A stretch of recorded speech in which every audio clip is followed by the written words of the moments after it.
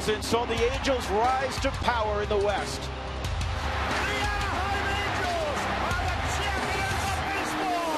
And this offseason, they focused on adding to their LA story.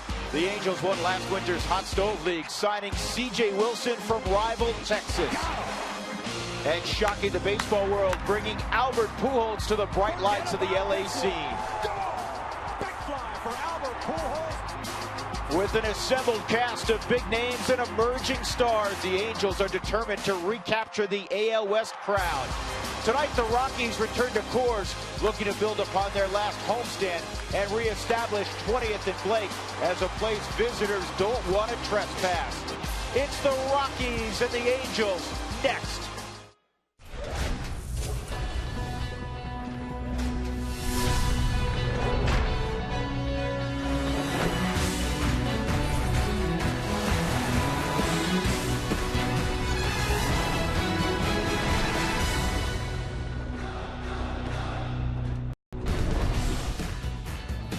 Oh, what a way to start your weekend. A little hardball in downtown Denver. And look who's coming to town. The Los Angeles Angels of Anaheim. They haven't been here in a long time, more than a decade. It is an absolutely beautiful night for baseball. And the Halos getting ready to take on the Rockies. Rockies coming off a very nice homestand a few days ago in which they won 6 of 7 ball games. Good evening, everybody. Glad as always you're along with Jeff Houston. I'm Drew Goodman. So naturally with the Angels, we begin with Albert Pujols. That still sounds odd. You know what? That name's familiar because the Rockies fans should remember him because he made his major league debut, got his first hit against the Rockies here at Coors Field back in 2001, signed the huge contract now with the Anaheim Angels, and he got off to a really awful start for the month of May. But his last 22 ball games, it's more like Albert Pujols. 325, 7 home runs, 19 RBIs. That average is starting to climb back up. And you know it's only a matter of time with him because he is one of the greatest players that this game has ever seen. Well, Albert has come on second in the American League in RBIs in May, as you mentioned. This kid really intrigues me, and he's a kid. 20-year-old Mike Trout. He is as much responsible for this turnaround for the Angels as anybody. Well, because they have a true leadoff hitter now in Mike Trout, because he can hit for power, but he has the speed to do everything that you want from a leadoff hitter. He can steal bases, get into immediate scoring positions with doubles and triples, and Mike Trout brings an energy that these other guys, these guys that have been around a long time, they feel. Do, and this kid is a precocious 20-year-old because there's nothing he cannot do on a baseball field. When we return, we'll talk pitching. Alex White coming off the best start of his career will have the rock tonight.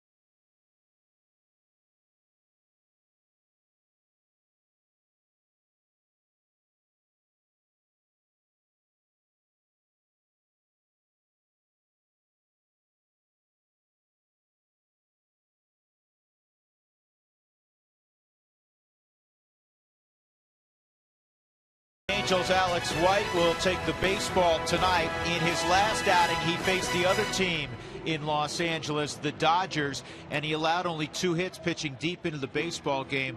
That would be welcome again tonight. But it would, and it was probably his best start that we've seen, at least in a Rockies uniform, going out, going 6 2/3 inning, only giving up 2 hits, 2 earned runs, 100 pitches. The first 6 of this was scoreless. And the thing about Alex White in that outing was he got some strikeouts, but he got a ton of ground ball outs. And that was the key to any pitcher. Use your defense, but especially for Alex White, because he throws a 93 to 95 mile an hour sinker, gets to that slider, gets to the split finger to get the change-ups and those strikeouts. But it's imperative tonight that he doesn't elevate this ball against this Angels club, because they got some thump. They have thump, and it is hot out, and it's Coors Field. The ball was flying during batting practice. Alex White for the Rockies. C.J. Wilson, the other new guy, will go for the Angels. Rockies and Angels, come on back to 20th and Blake with us.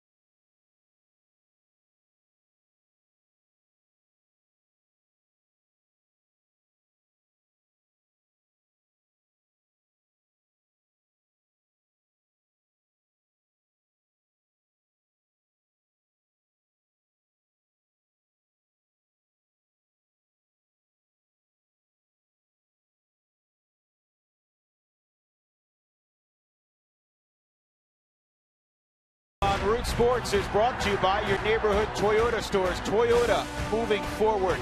By CenturyLink, fast speed and a low monthly price. Visit CenturyLink.com. And by Southwest Airlines, find our fares online only at Southwest.com.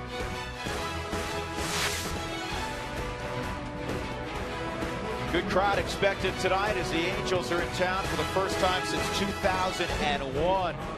As Alex White sprints to the Coors Field mound on a sun-drenched Friday evening.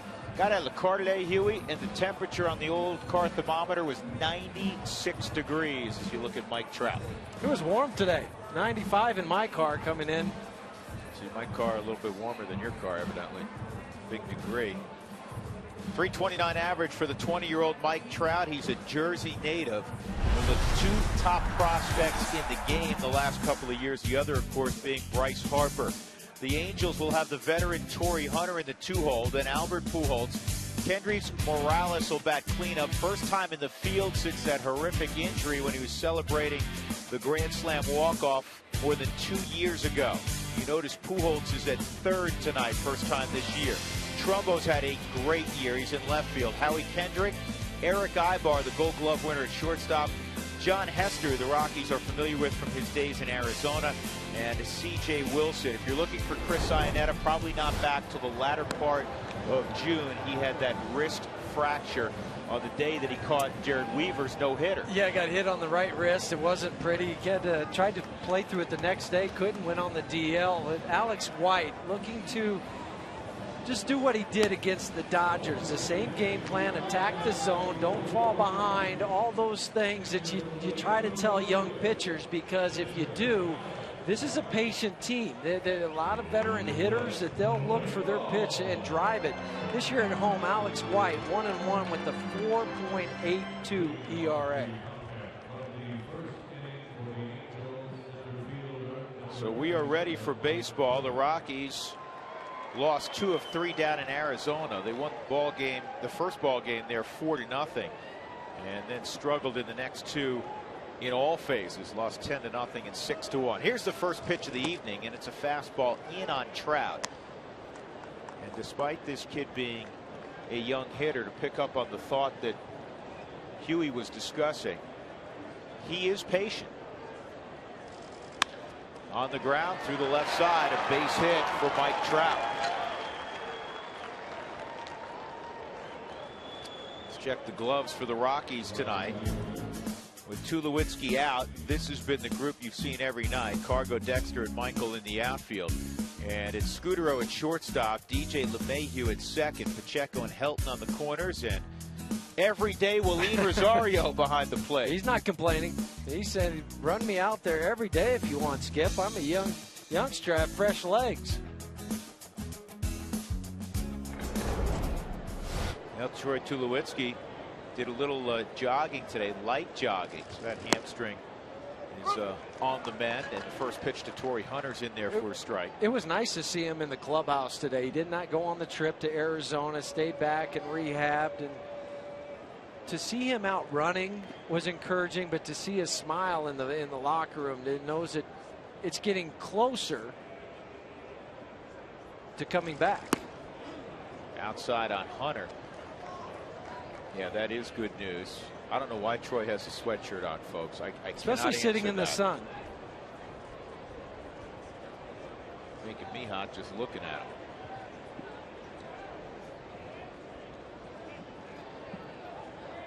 One ball, one strike. Mike Trout, 9 stolen bases, only been caught 3 times.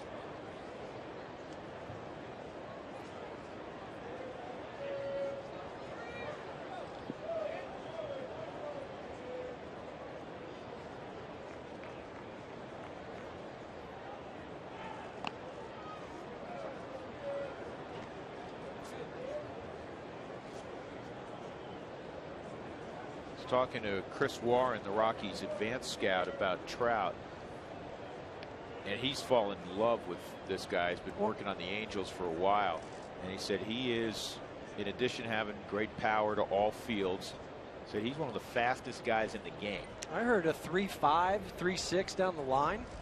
That's ridiculous. As a right-handed hitter? I've never.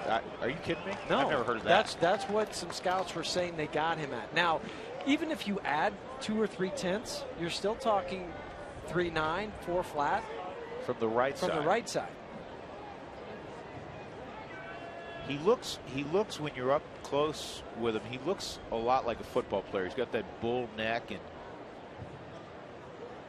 he takes off. And Rosario's throw is not going to get him. I don't think his hand got there, though. That was.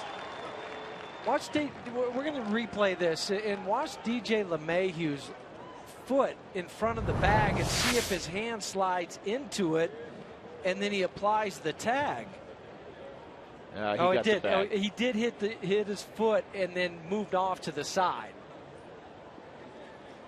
You know, sprint coaches like to see that forward lean, Huey. He's got it. It's also why managers cringe, guys who slide head first. That hand could have very easily jammed a thumb or broken a finger on the foot of DJ LeMahieu. 3-2 on Torrey Hunter. It's just instinct. You can't teach it yet. You would like it to be feet first, but head first is the way so many people do it now.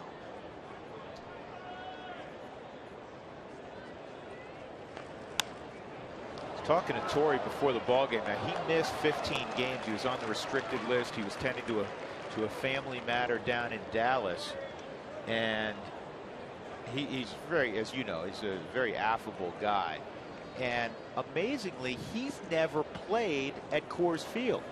Every time the Rockies played Minnesota, when he was with Minnesota, it was up there. And since he's come to the Angels, the Rockies have always played out in Anaheim.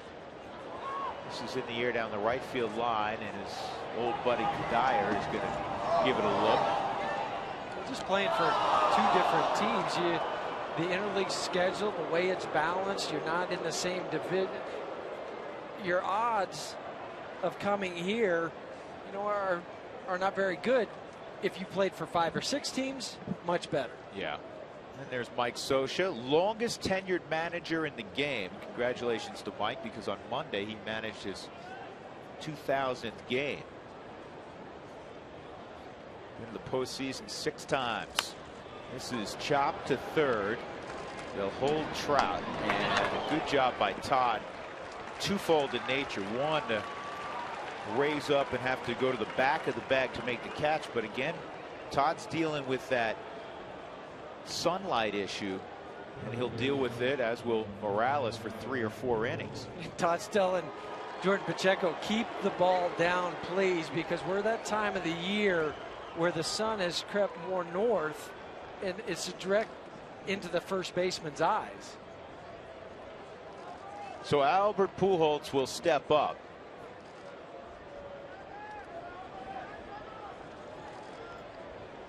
Albert on May 5th was hitting a .194 with 1 home run and 5 RBIs. Every time you look in the paper and see that, you said, what is going on? This can't be Albert Pujols.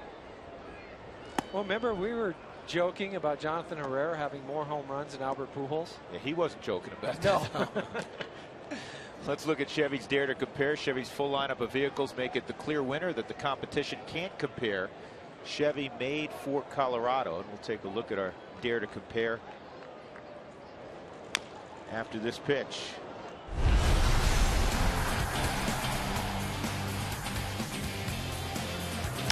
Well, Albert, in 11 years in the big leagues, 326 lifetime average. Excuse me, 326 is what he's averaged. 42 home runs, 125 RBIs. And this year, 244, 831, and most of that the last 22 games. And this is a swinging bunt. Alex White does a nice job, and Pujols is retired. Willeen Rosario also helping out Alex White, telling him where to throw the baseball since Trout stayed at second base. Dribbler out in front. Willeen Rosario pointing and yelling to Alex White. Picks it up bare hand. Sun wasn't an issue for Todd there because of where Alex threw from.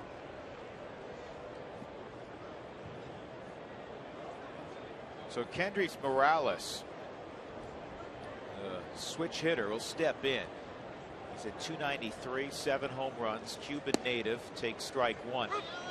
I read something in doing some research on Morales that just shocked me, because you've heard this name for so long. In the last couple of years, unfortunately, it's been associated with that injury in the celebration late May of 2010, the extra inning walk-off grand slam. He jumps on home plate. His teammates congratulate him, and he ends up with a badly broken ankle. 2 surgeries later, he missed well over a year of time. He's only played 1 full season in the big leagues. 2009. Yeah, 2009. May 29th, 2010. The walk-off, the jump, the celebration. And these teammates didn't realize it at first, and then all of a sudden they're like, boy, what's the matter? And it wasn't just, okay, well, he's going to be out 6 weeks, which, that's terrible enough. He did not get another hit in the big leagues until opening day this year, 2012. 2 different surgeries. They had to wait roughly 10-12 days before they could do the first surgery to let some of the swelling subside. And it just reminds me of Stephen Drew, because where we were just from Ken Kendrick talking about how he should be back from his ankle, the broken ankle that he had. And this is the guy I was thinking of. This ball lined to center field, and it'll be caught by Dexter Fowler. And despite the single and the stolen base by Mike Trout, Alex White did a very nice job navigating out of trouble.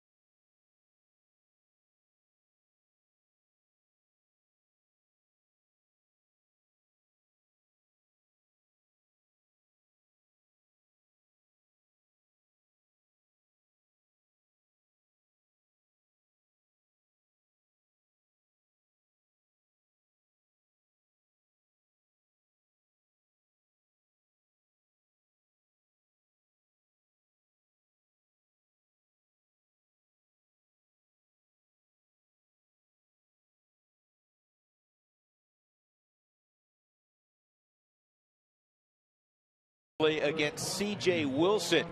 First of 3 between the Rockies and Angels. Rockies' second interleague series. They lost all 3 at home against Seattle a few weeks ago. Dexter Fowler hitting .288. He'll lead things off, batting right-handed against the lefty. And the rest of the Southwest batting order for Jim Tracy. Scudero will bat second. Cargo will bat third. Michael Kadire, Todd Helton, George Pacheco, Willeen Rosario, DJ LeMahieu, and Alex White. All to face 31-year-old C.J. Wilson. Signed a 5-year, $75 million deal in the offseason from Texas. And he's been very good, a 6-4 record, but the ERA of .254. As you see, he's allowed only 1 run in his last 20 innings pitched. And overall, the American League hitting just 190 against him. Yeah, that leads the American League, and 2-0 in those last 3 starts that you were talking about, Drew. The big question was, was C.J. Wilson, was he going to sign with Florida, or was he going to go to Anaheim? And he chose the Angels, and it's worked out very nicely for both sides. C.J. will work around 92, 93 miles an hour, running up as high as 95. The first 5 years he was in the big leagues, with the exception of his first year when he made 6 starts, he was working out of the bullpen. He was a closer for a while. Yeah, he has a chance on his next win, and let's hope it's not tonight, but to have over 50 saves and 50 wins in his career, because the next win will be number 50. Decided to return home to his roots, Southern California roots.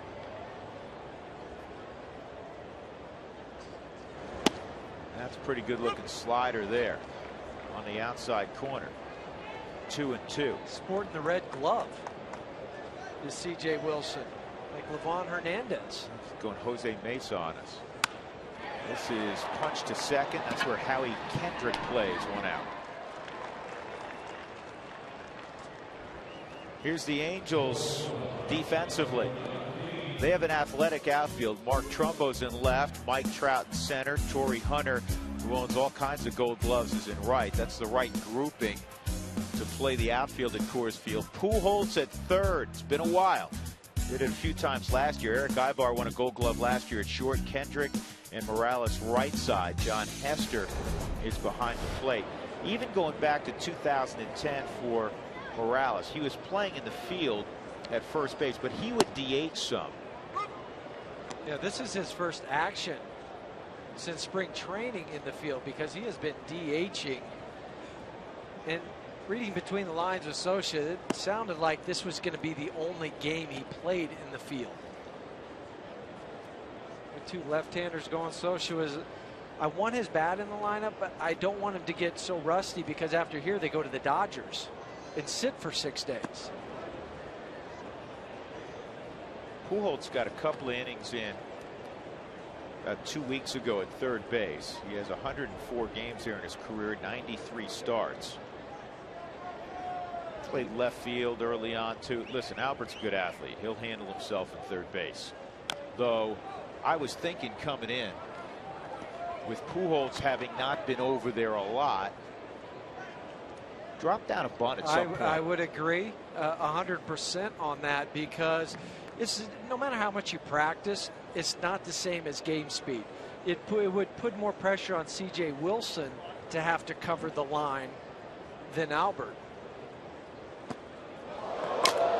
C.J. Wilson fools Marco Scutaro, and they're 2 outs.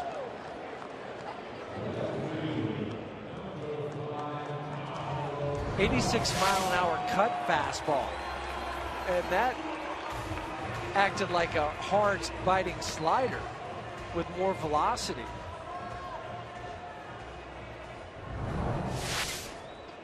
C.J. Wilson making his first career start against the Rockies. Last year 16-7 with Texas. Outstanding regular season. Not so good in the postseason though. Last year he went 0-3 with a above 5 ERA. Cargo takes inside, ball 1. Tough road trip for virtually everybody offensively.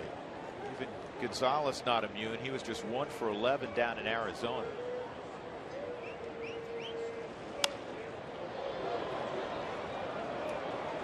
And congratulations to Carlos tonight. Cargo's 500th career game. In his career, he's sitting right at 300. 91 home runs, 309 driven in, 110 doubles, 74 stolen bases, 332 runs. It's the makings of a guy that you probably would like to keep around for a little while longer. Well, and that's why you sign him to the long extension over the winter, because he's just entering his prime. Yeah, he jumped back, but it was in there for a strike. 1-2. Now do we see the first big curveball from C.J. Wilson, or does he go slider? Lefties is when he'll pull it out. He dropped down, strike 3. He dropped down and threw 94 miles an hour from a different angle, and according to Phil Cuzzy, it caught the upper portion of the outside corner. That was nasty.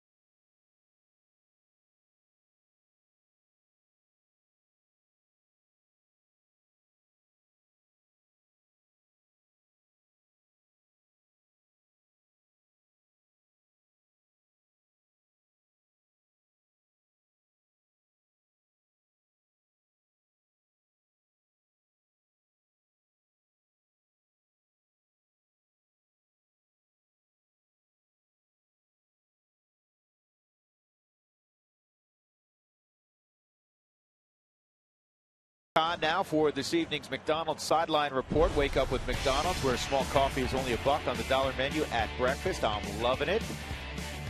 Let's send it down to Jenny Kavnar. Hey, Jenny. Hey, Drew. It's Jeff and your favorite day. It's Fan Friday. You know what that means, fans out there. Send your questions or your comments about Rockies baseball to my Twitter account, @RootSports_JC. We'll answer lots of questions throughout the broadcast. And with interleague play happening and the Angels in town, you may have some questions about them as well. We're already getting some pool holes questions in, so we'll get to a few of them a bit later. Drew, Jeff, get ready.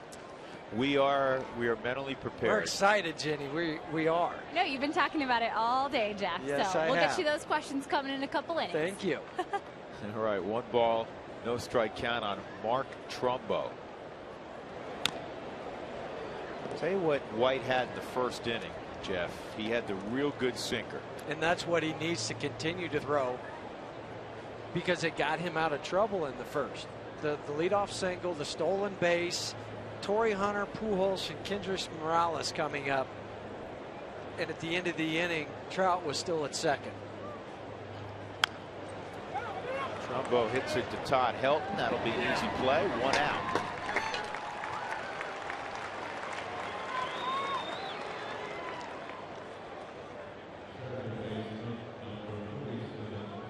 So with Trumbo gone, Howie Kendrick will come up.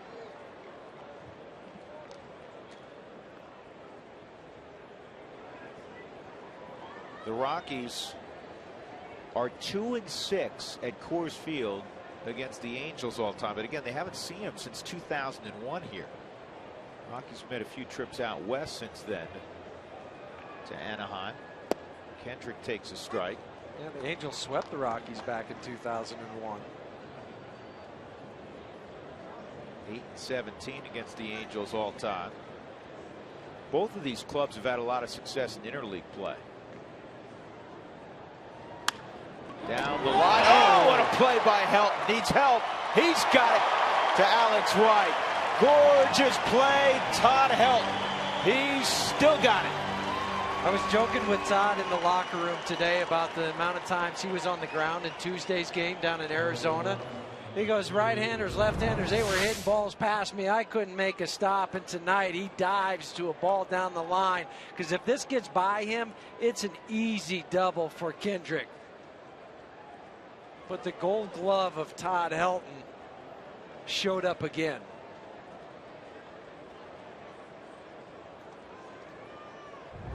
Special play, 2 outs, nobody on. And that'll bring up Eric Ibar.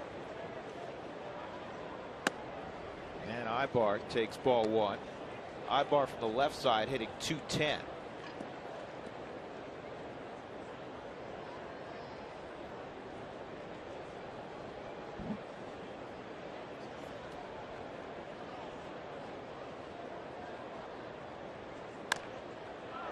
He's got the luxury, Huey, of with this lineup being told by Mike Scioscia, you just go field. Whatever he gives you offensively is a bonus. Well, and that helps, because Ibar won a Gold Glove last year. Third Angel shortstop to do that.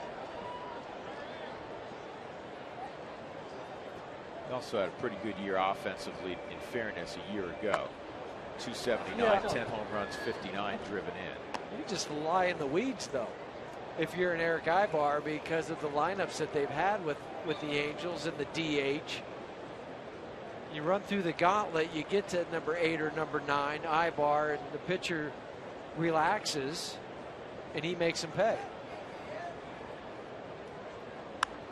And the 0-2 is popped up right around the plate, and the catch is made by Willeen Rosario. An impressive inning and an impressive play by the Gold Glove first baseman Todd Helton. We'll go to the bottom of the second, no score. Michael Kadire will lead it off.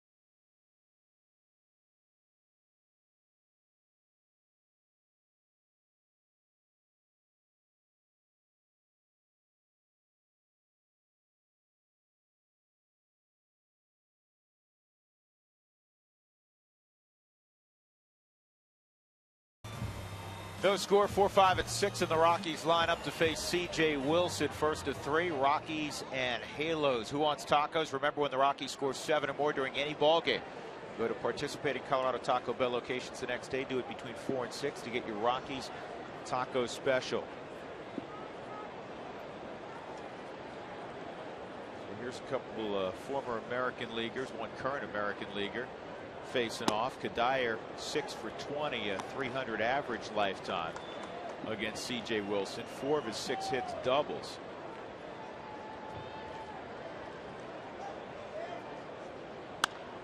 And this ball is in the air to Troy Hunter and right.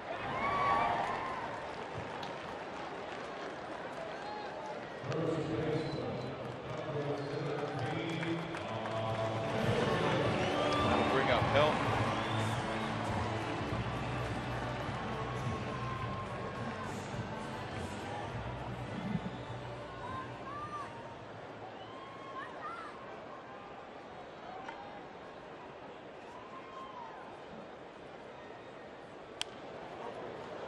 Todd tried to jump on the first fastball and fouled it straight back. Helton, but on Helton-like batting average left on left, he's hitting just 182 against lefties. And he's a career 299 hitter. Yeah, let's revisit this in June. I mean, in August, July, August, see where he's at.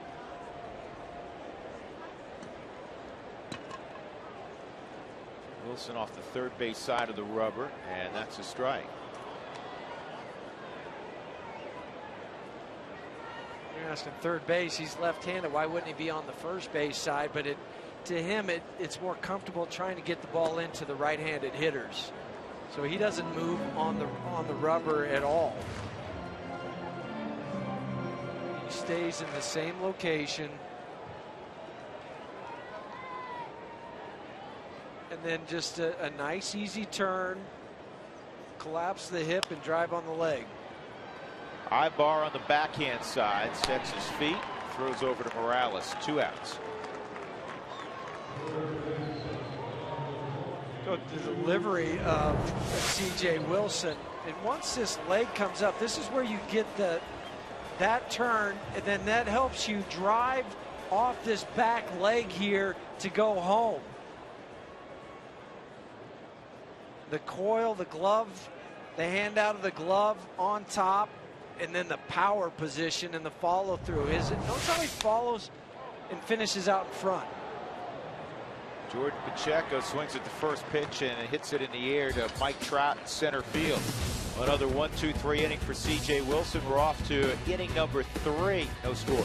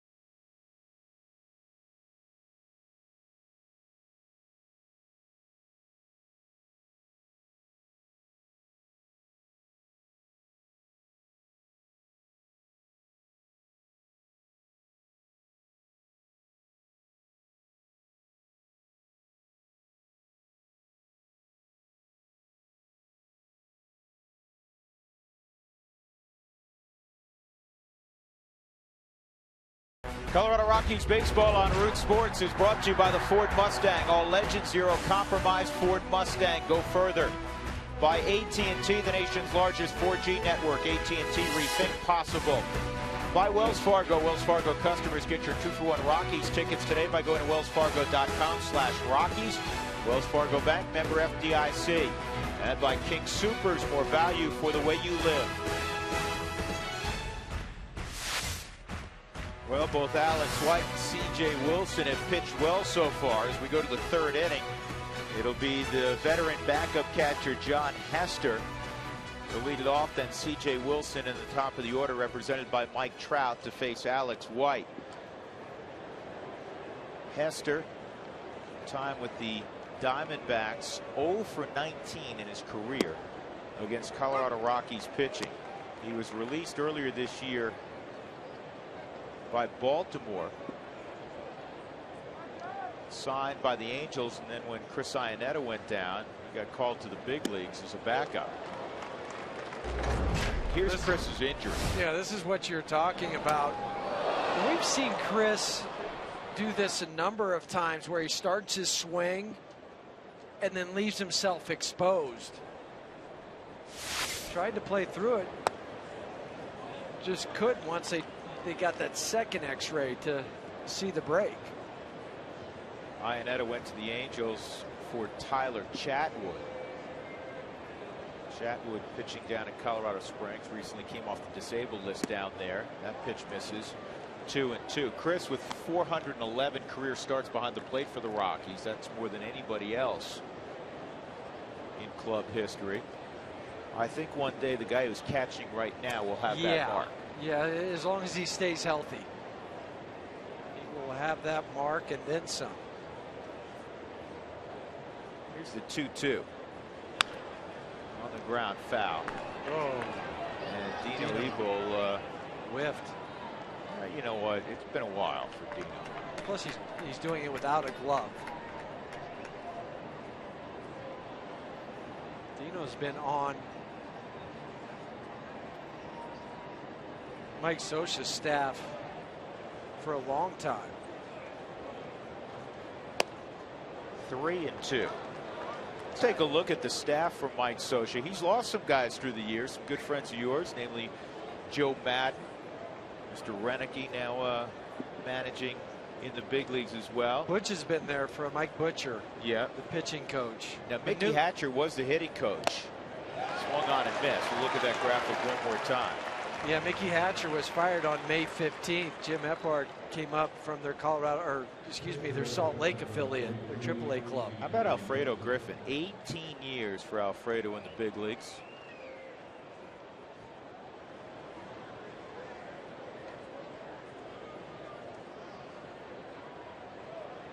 Mike lives outside of Thousand Oaks, California. He makes a rather lengthy drive. It's about 70 miles for him. He said, you know, the times we come and go, it's usually not too bad. Lets him unwind, he has said. C.J. Wilson behind 0-2.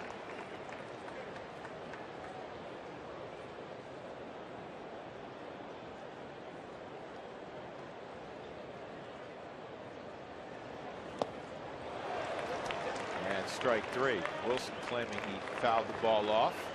Home plate umpire Phil Cuzzy disagrees. Let's not forget Bud Black, who worked under Mike Scioscia, also the longtime manager of the San Diego Padres. So 3 of his former members of his coaching staff now doing a good job managing in the big leagues. 2 gone. That'll bring up Mike Trout. Join in on the conversation with Toyota Talk. Text Toyota to 720-720. You can ask questions as well. Learn how to win a $500 gas card coming up in the 6th inning and all throughout the Toyota postgame show. Trout takes an off-speed delivery, a slider for a strike. He has the only hit in the game. He singled through the left side, stole second, but was stranded there as Hunter, Pujols, and Morales all went down against Alex White. Another slider, and that catches the outside corner. I have my stopwatch ready in case he hits one on the ground. See what kind of speed he has.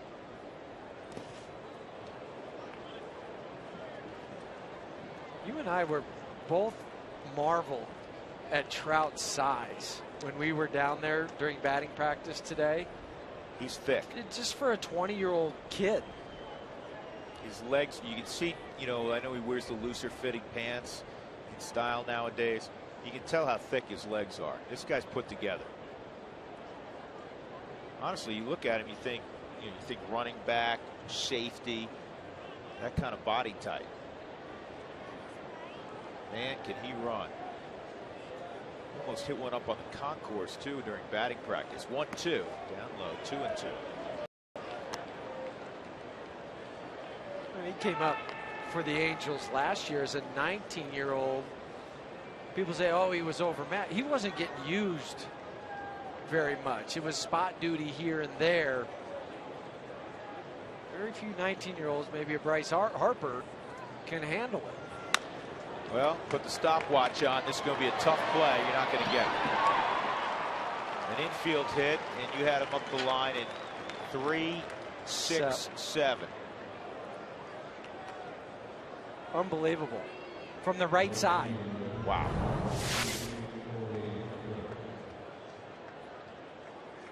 And even his follow through doesn't lend itself to a lean coming out of the box. He finishes it and then starts running.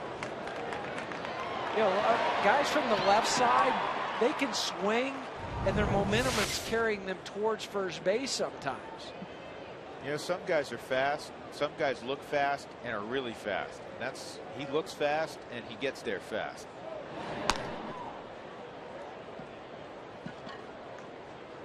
He had 123 at bats last year, so he maintained his rookie status. You need 130, or as a pitcher, 50 innings pitched. Or if you're on the 25-man roster, before rosters expand for 45 days or more, you lose your rookie status. So this year, there's your rookie of the year. But you have Darvish. One of those two guys. Yeah. Am I going out on a limb? No, not really. Not at all. Darvish lost yesterday, though. 7-4 now. Jesus Montero might be a dark horse.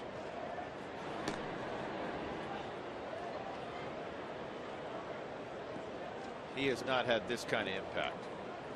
No.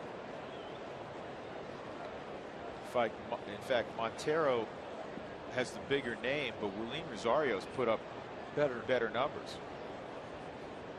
Montero, the young catcher, former Yankee farmhand, now with Seattle.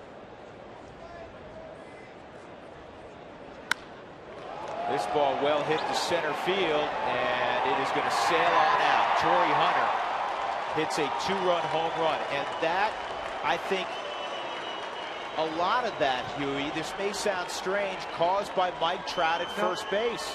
Not at all, because his attention was divided between home and Mike Trout. He threw over 3 times, didn't get him.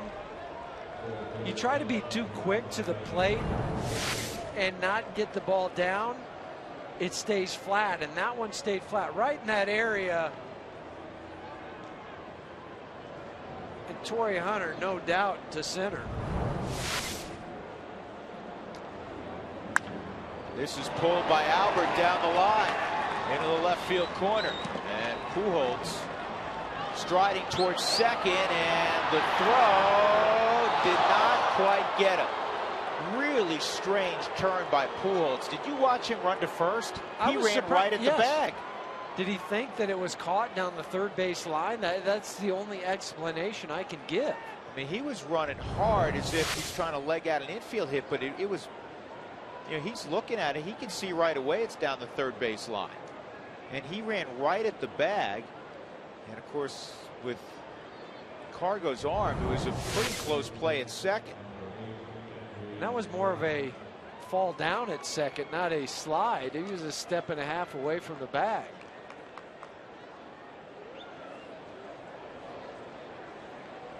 Morales hit a fly ball to center field. Single, 2-run homer, double, all with 2 outs.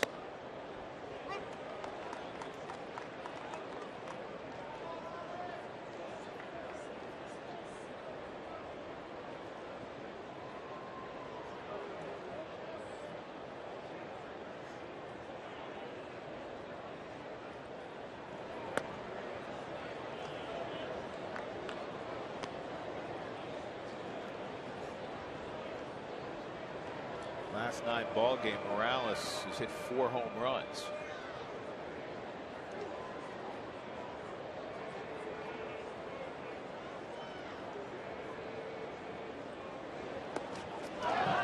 Hit it. Pujols will go back to second. First and second, and Trumbo will come up. And this will bring Bob Apodaca to the mound. Alex White was doing just fine. And he allowed, I think, Mike Trout's presence at first to bother him, and he left one center cut to Torrey Hunter. And then the first pitch to Albert Pujols, he doubles down the left field line. And then a spike slider catches Morales on the left big toe.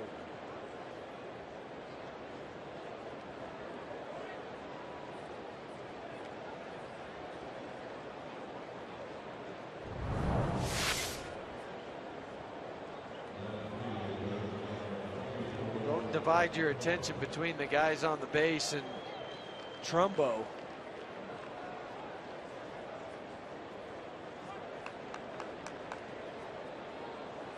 12 home runs, leads the ball club.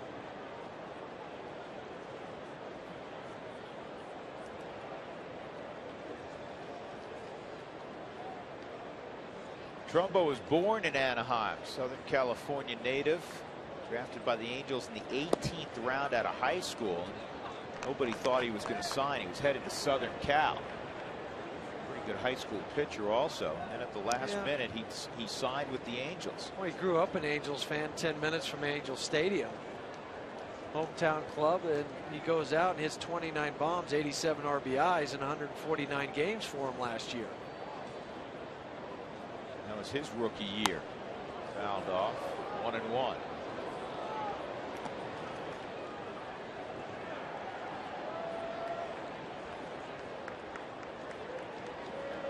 Second most first-year home runs for an Angel.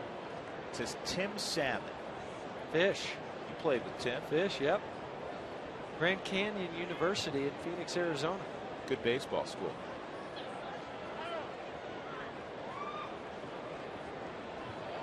They were NAIA for a long time, moved to Division I.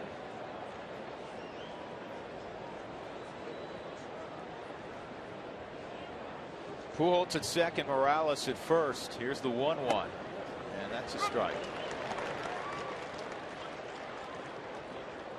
According to media reports, nothing official yet from the Rockies.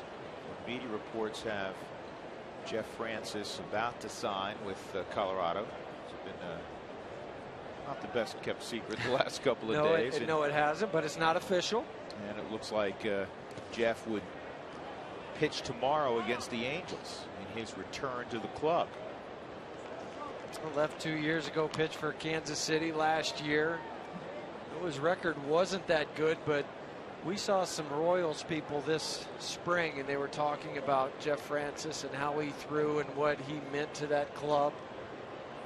Went to the Cincinnati Reds, didn't make the club, pitched in Louisville, had an opt-out in his contract June 1st, and he opted out after throwing a shutout for 7 innings in his last start. 2-2 on Trumbo. And if this stays fair, it's going to be a problem.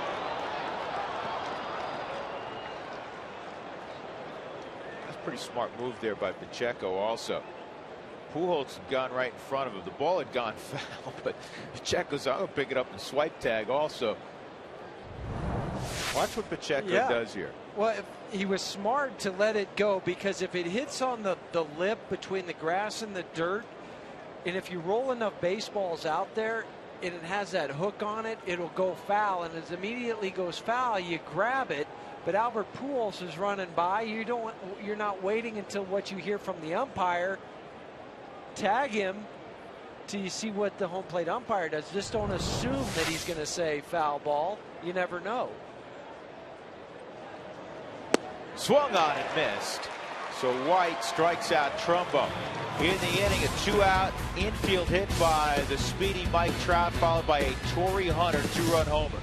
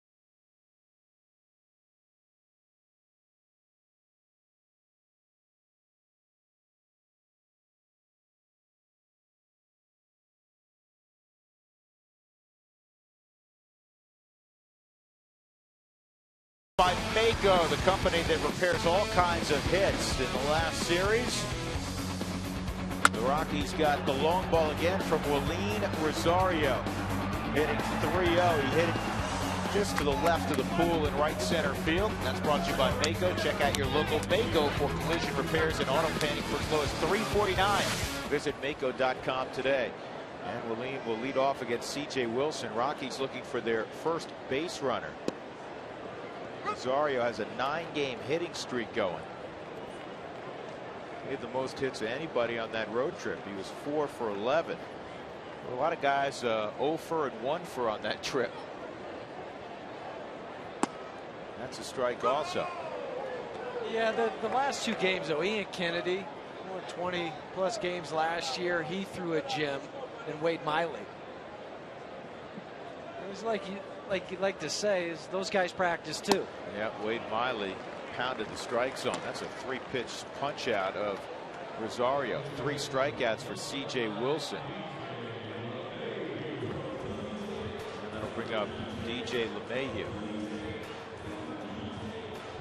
Wilson looks like he has his real good stuff tonight. He has a 2.47 road ERA this year. Opponents hitting just 183 against them out on the road.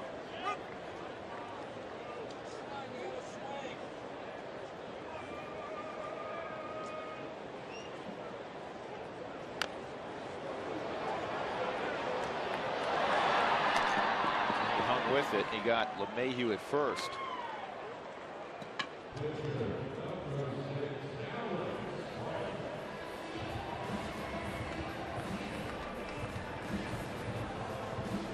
Well, Wells Fargo customers get your 2-for-1 Rockies tickets by going to wellsfargo.com/Rockies. Wells Fargo Bank, member FDIC.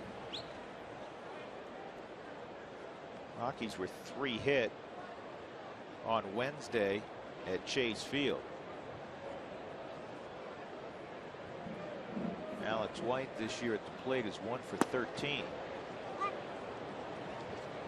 C.J. Wilson, kind of like the lefty the Rockies saw on Wednesday. Wade Miley working very quickly and filling up the zone, isn't he? Yep, 21 strikes and 29 pitches.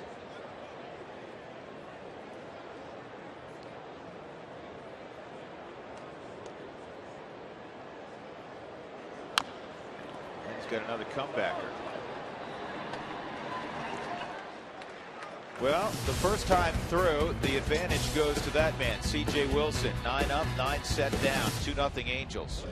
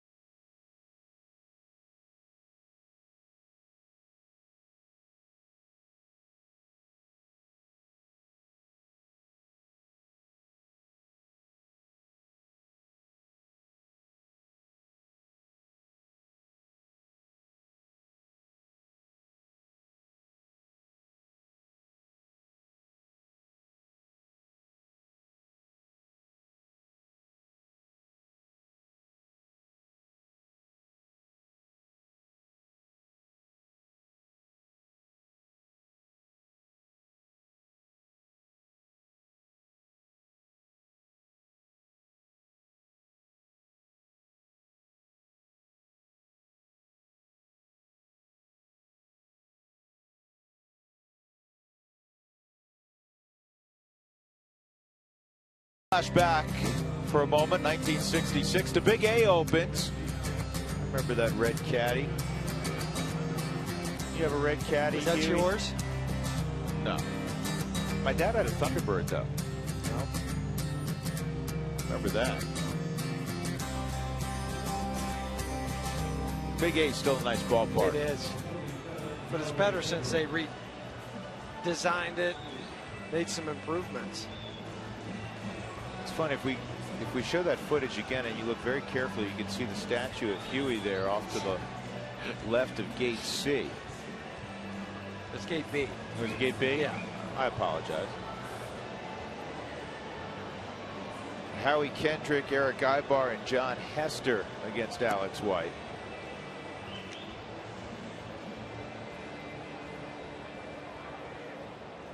Rockies see the Angels a couple times during spring training. Angels work out in Tempe Diablo Stadium. That's what makes the Scottsdale Phoenix area so appealing, because you can make those trips and see other clubs, and it doesn't take you a 2-hour bus ride. No, Howie Kendrick robbed his first time up by Todd Helton. He hit a rocket that he thought was going to go down the right field corner, produce at least a double, and Helton snared it. This is toward right field, and this one will drop in front of Michael Kadire. Let's go downstairs again, see what Jenny Kavnar's up to. Jenny? Yeah, Drew, it's Friday, so as we know, it's a Fan Friday on Twitter. You guys can send your Rockies questions to me at @RootSports_JC. We're going to kick it off with at Coors Flow. They want to know, where do the Rockies stand in terms of money spent or their total salary compared with the Angels? Well, when you take a look at it, the Angels have the 4th highest spent money in Major League Baseball.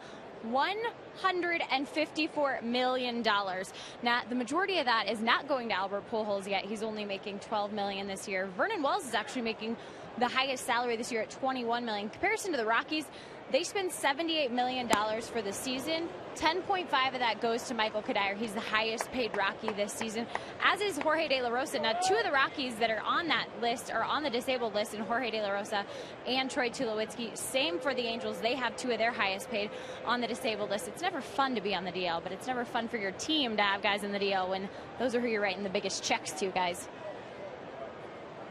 All right, Jenny. Well, 2 years ago, the Rockies spent more money than anybody in signing Troy Tulowitzki to a long extension and Carlos Gonzalez to a long extension.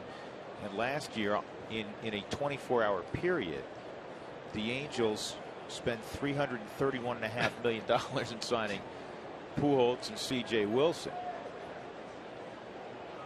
There goes the runner, 2-0, and the throw to second is going to get Howie Kendrick. Great throw by Willeen Rosario, despite Ibar trying to protect him.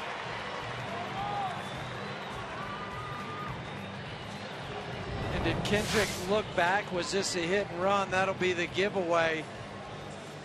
But it wouldn't have mattered because of the throw from Willeen Rosario. All right, Kendrick takes off. He's looking back. It was indeed a hit and run. Center field. Dexter's not going to get there. And he's trying for 2. He's going to have a double. Eric Ibar, the bloop double.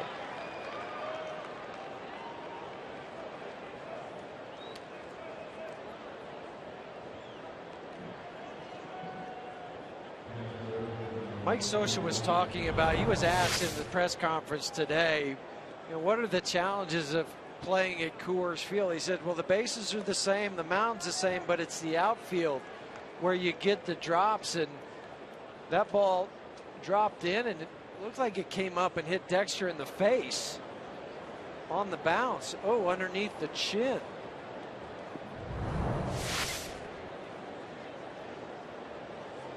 One out, Ibar at second. John Hester, who struck out, is at the plate. Good block by Rosario.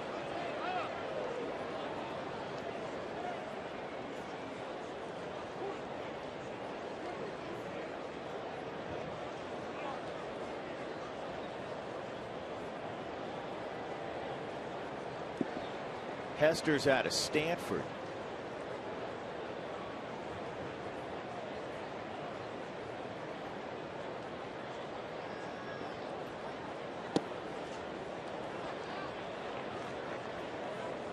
Keep churning big leaguers out.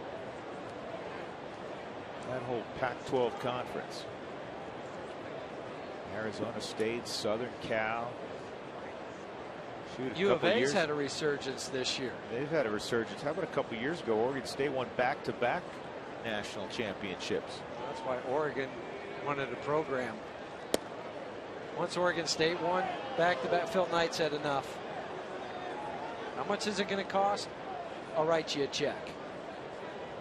I've said this many times. I'd love to see Colorado get their program back. Colorado State get their program back. CU, if you kept 80% of the top flight kids in state, you'd compete tomorrow with everybody else in the Pac-12. We showed a list the day after the draft of all the Colorado kids. There was 12 of them on that list that were drafted, and a lot of them were high. Keep the kids in Colorado, you would have a real good program, and hopefully you can play some of your games at Coors Field. Well, an old friend of yours, Darren Erstad, who's now the head coach at Nebraska, he took over from Mike Anderson. Mike's from Eaton, Colorado. Mike, 1 year in his recruiting class, had 4 in Nebraska. Nebraska was a terrific program. Had 4 kids from Colorado in 1 recruiting class. Keep those kids in state. On the ground to short.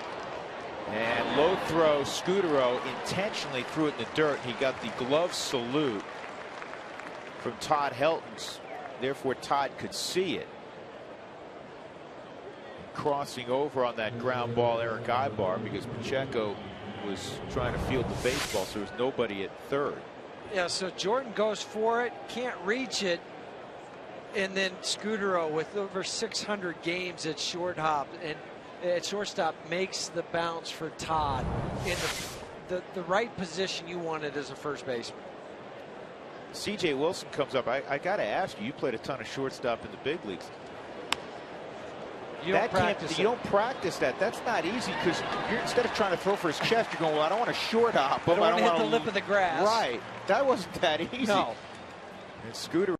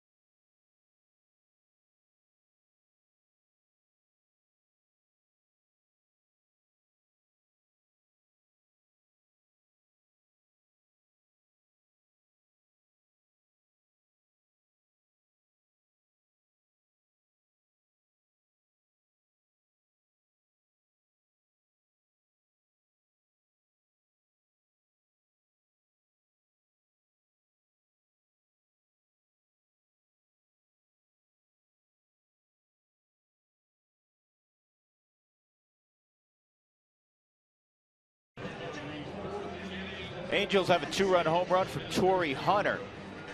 As we go to the 4th inning, top of the order to face C.J. Wilson for the Rockies. It also takes us to our AT&T trivia question. And tonight's question, 6 active managers have managed 200-plus games. How many can you name?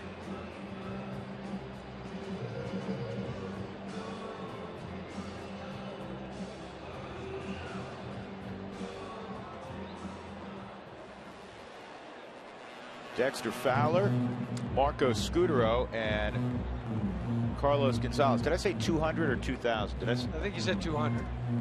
Well, that's not that many. Yeah, but It's more than 6. Yeah, it's more than you and I have combined. That's right. 2,000 games. We gave you Mike Scioscia earlier. There are 5 others. Dexter bounced to second his first time up. Kind of a soft line drive, 1 hopper. Try to drop one down the third baseline. Albert's moved in even with the bag, and that pitch was not handled by John Hester. Ball 1. John looking for the hole in his glove. Where'd that go? There's Albert. Yeah, I know he's even, though. He still has to throw on the run. 2-0. C.J. Wilson, when he was growing up, he had that golden left arm, and he had cousins who lived in the same neighborhood as Bud Black, and his aunt, who was friends with Bud, said, "Hey, you got to see my nephew throw. I mean, he's really got a great arm." And Bud at the time was still pitching in the big leagues. And so brought by C.J. Wilson one day. Bud played catch with him out in front of the house. I said, "Whoa, this kid does have something." Yeah, I'm sure he went into it as, yeah, okay, whatever. I know it's your relative. I'll take a look at him very skeptically until he saw the arm. It went. And they maintained a very close relationship from that point forward, and Bud Black ended up mentoring to a large degree C.J. Wilson. Yeah, what's nice about that too is they're both left-handed, so Bud Black can teach him the intricacies of throwing from the left side. And that is strike 3 on Fowler, who looks back at Phil Cousin. 10 in a row to start the ball game, retired by C.J. Wilson. Does this sound and look familiar? Yeah, very much so. And this caught the bottom of the 4th strike zone. It was a strike. After 3 straight balls, comes back with the strikeout. Mike Shaw, Subaru, Supermo. I mean, John Hester didn't have to move his glove at all. Well, the reason I said, does it sound familiar? On Wednesday, the Rockies facing Wade Miley. The first 13 hitters were retired by Miley. Another left-hander who pounds the strike zone with about 92, 93 mile an hour heater. Yeah, it wasn't until Giambi hit the double in the 5th inning to snap that.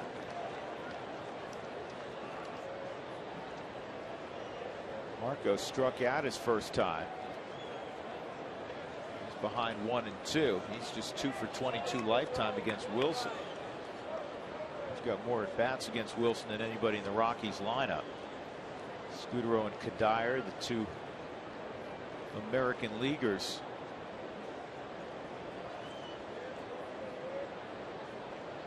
Cargo's on deck. Here's the 1-2, and that is lobbed down the right field line, and it's just foul. Fans, you want to get ready for the first and best fireworks show in town on Friday, June 29th. It's after the Rockies Padres game, courtesy of Lockheed Martin. Don't miss out. Get tickets today for the fireworks show.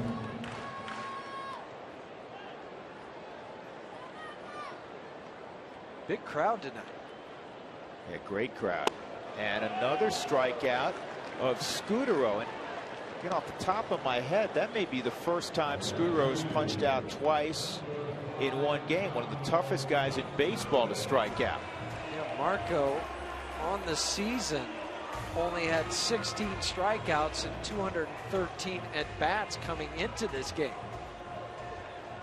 It's 5 strikeouts for C.J. Wilson. You got Cargo looking on a drop down fastball.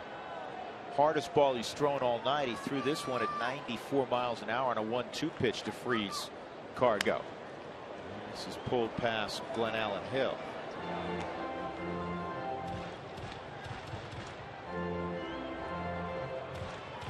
Despite being tutored by Bud Black, at least coming out of high school, no scholarship offers for C.J. Wilson. He walked on into junior college. There's the bunt attempt, and there's going to be the first hit. With Pujols playing back.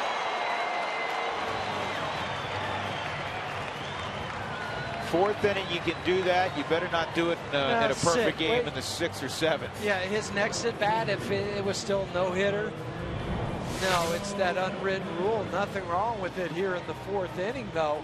He punched you out on a drop down fastball. Your first at bat, C.J. Wilson looked back at him like he did something wrong. He did nothing wrong. You're a base hit and a home run away from tying the game.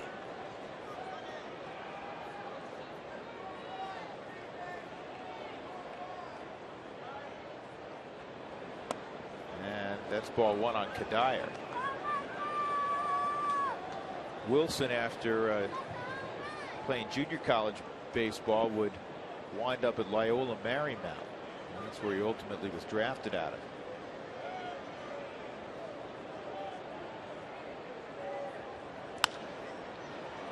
That's foul. It's hard to believe that an arm like his wasn't drafted coming out of high school when you grow up in Southern California. I tell, and you're around young kids all the time. Your youngest, Cody's a terrific player.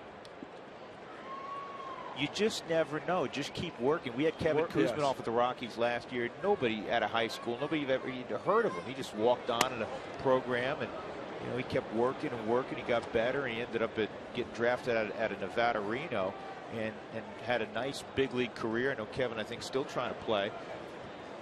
His first year at the Division I level at Loyola Marymount, CJ was playing the outfield still, pitching some. He went 2-10 with an ERA close to 7.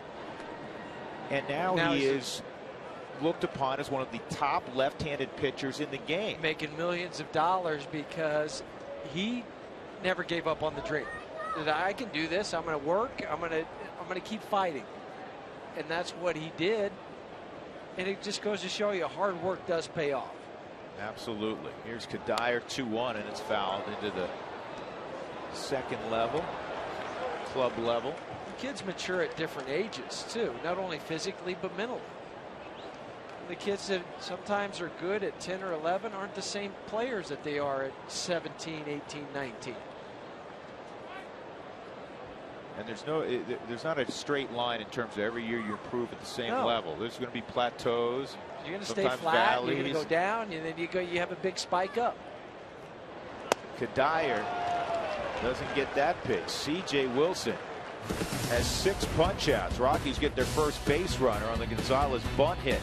2-0 Angels.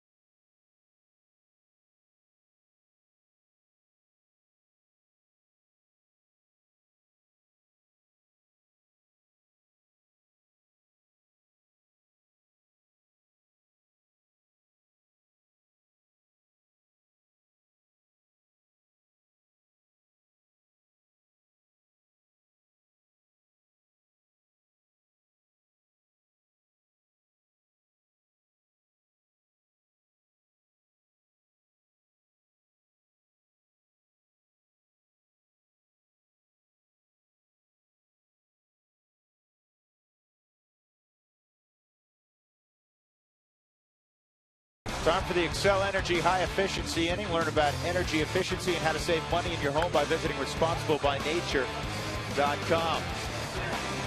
In the 2nd inning, Alex White got a couple of ground balls to the right side. That's a terrific play by Helton, defensive play of the game, in fact.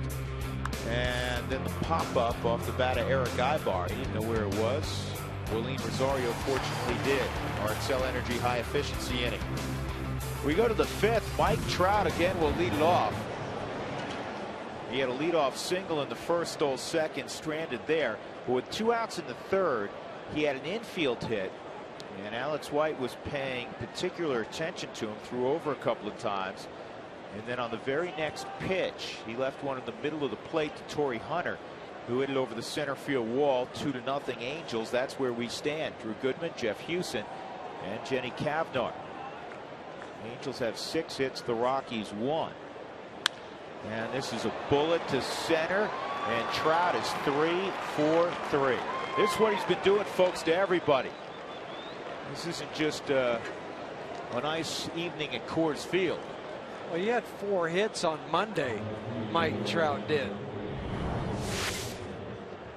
And the resurgence of the Angels can be directly correlated to Mike Trout in the leadoff spot. That's a pretty swing, too. It is. It's short, compact, to the ball. All the hitting terminology that you hear applies to Mike Trout.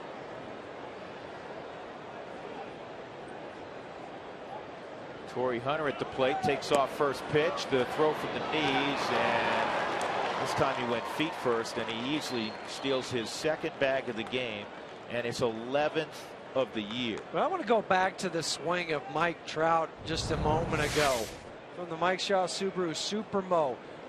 The leg goes back down into the ground over here, but watch where the hands are and how they come straight to the ball. And that's gorgeous. His head follows his hands in the barrel of the bat. And you and see that $1,000 smile. Yeah, you know what? You see that big smile. And Jerry DiPoto was telling us, Jerry's on the trip, general manager, first-year general manager of the Angels. He's the one who was able to recruit successfully C.J. Wilson and Albert Pujols. Stayed up. There's Jerry. Worked for the Rockies as a pitcher and in the front office for Dan O'Dowd. Instrumental in some of the trades for the Arizona Diamondbacks. Absolutely. He's helped turn their fortunes around when he was the interim general manager. But Jerry said that Mike Trout really wipes things off very quickly. You know, he can have a bad at bat. You see him in the field, he doesn't take it out there. He'll make a couple of wonderful plays. You see a big broad smile. Not a guy that was languishing on a bad at bat or two, and you saw the smile right there. Now I'd be smiling too. He's 3 for 3 with a couple of bags, but it does help. You understand how this kid goes about his business. And to have that wisdom at a young age, to me, speaks volumes of how he grew up playing the game. 2-2. Playing it for fun. Well, you played with, I'm sure, all different kinds of personalities.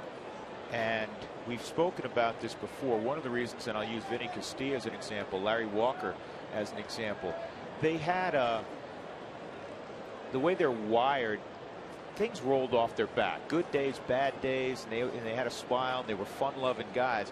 And that personality, I think, sometimes in baseball works the best. That's the second 2-run home run for Torrey Hunter. Well, he'd never been to Colorado, but he's going to want to come back as a baseball player. He'd been here a couple times in the offseason. He just hit one up on the concourse. That's the 7th home run that Alex White has given up this year. He had a 3-home run game against the Houston Astros, now 2 tonight. And the second one for Torrey Hunter. A flat slider. Talk about a leg drive. There was severe leg drive in that swing from Hunter. One hop the Helton Burger shack.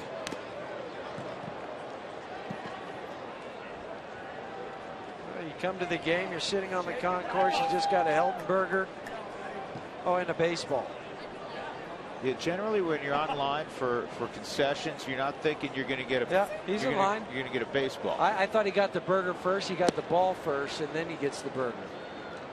Pujols doubled his last time up. It's 1-1. Well, we've seen Alex White with a real good sinker, and he's induced a lot of ground balls in this game, but the home run bug has plagued him in his young career. It seems like when he misses, the ball gets hit far. That's what I mentioned. 7 home runs this year. He had a number of home runs given up last year, and the 94s that are flat or the sliders that are flat, they do. But when you get the ball down, you get the ground ball out. So you have 13 ground ball outs in the start against the Dodgers. He gets a ground ball out here on Pujols, 1 out. That's the 17th multi-home run game of Torrey Hunter's terrific career. Close friends with Rockies right fielder Michael Kadire.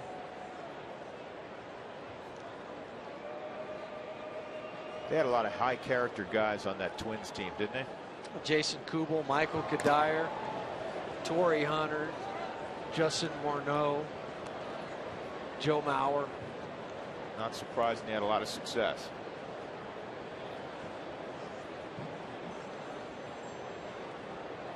So another guy who worked up there who's now working for the Angels, who worked for the Rockies. A guy of high character, LaTroy Hawkins. LaTroy just came off the DL.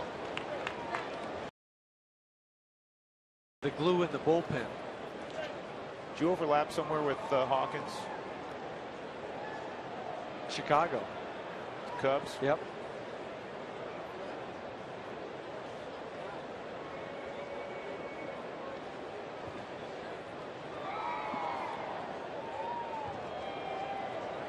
Oh, and 2 on Morales, and the strikeout of Kendrys Morales. That's 3 strikeouts in the game for Alex White. That'll bring up Mark Trumbo. Oh, Cheyenne, it's on the way. Text Cheyenne to 720-720 for your chance to win Hank Williams Jr. tickets. You'll also be entered to win tickets to other concerts, championship bull riding, baseball games, and the VIP grand prize drawing. Visit RockyMountain.rootsports.com for official rules. Trumbo ground ball to first and a strikeout. 4-0 Angels. The Rockies have been out hit 8-1.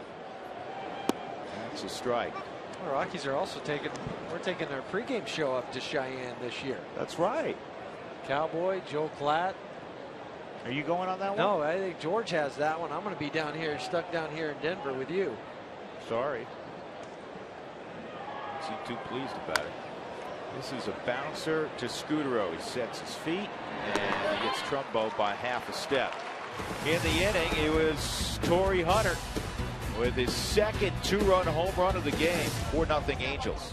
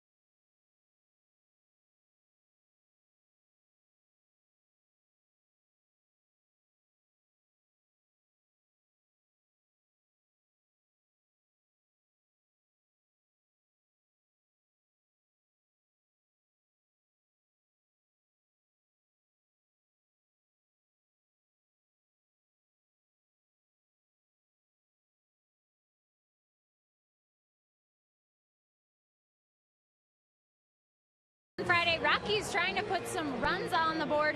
They're losing to the Angels as we head to the bottom of the fifth, 4-0. Well, of course, it's the year of the fan, and we want to include live fan questions on our Fan Friday. So this is Ben from Littleton. First of all, Ben, I'm going to start with this. Who's your favorite Colorado Rocky of all time?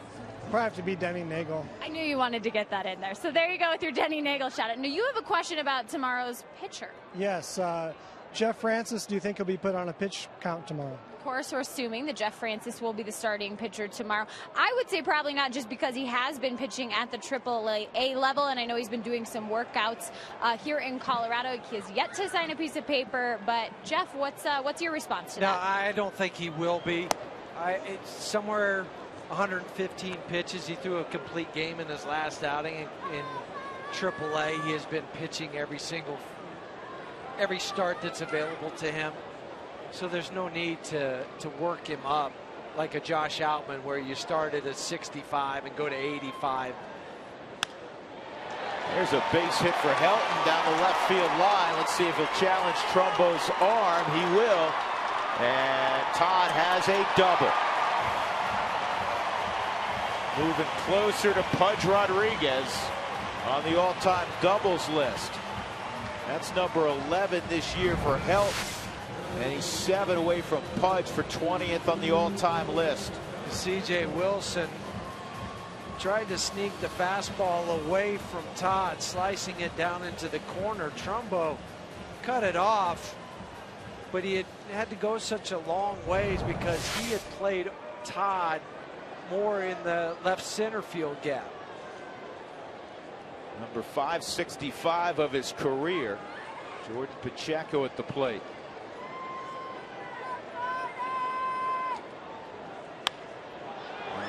This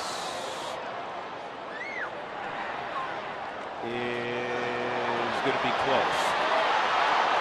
Out at third. Good throw, Torrey Hunter. He threw it on the money on one hop to Albert Pujols. 2 gone.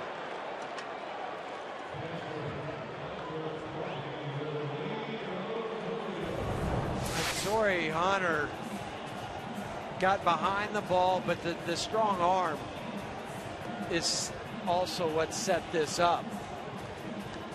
Because Todd was going, he had the head down. Pujols with the swipe tag. And Mike Shaw Subaru Supermo. Pujols just put the tag in there, and from that angle, he was safe. He was safe. Todd put his foot on the outside corner of the bag. Todd didn't argue, so but he rarely does. No, I know that. But he still didn't just give it a, really, I got my foot in. Because Albert caught that where he was positioned was on the back side of the bag. Shallow center. Trout will get there. Turns into a 1-2-3 inning despite the double by Todd Helton. 5 innings complete. Angels have all the runs.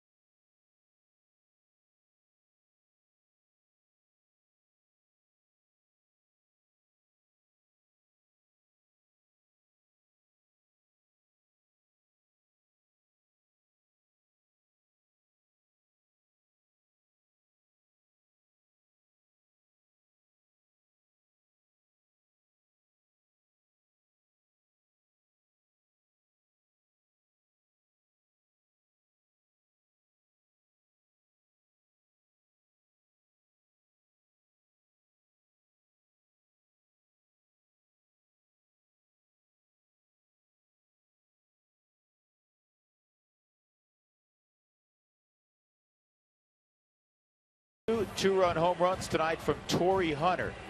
And they have a 4-0 lead as we go to the 6th inning. Howie Kendrick, Eric Ibar, and John Hester. AT&T trivia question once again. 6 active managers have managed 2,000 games or more. How many can you name? Huey, who'd you have? Well, you have to look at Mike Scioscia. You already gave me that one. Bruce Bochy. He's on the list. Well, there's the rest of it. No, we didn't even get a chance. No. Jim Leland, 3,200 plus. Dusty. Bobby Valentine. Davey Johnson. Nationals I think you still would have leading the National League East. I think you would have gotten them all. Yes.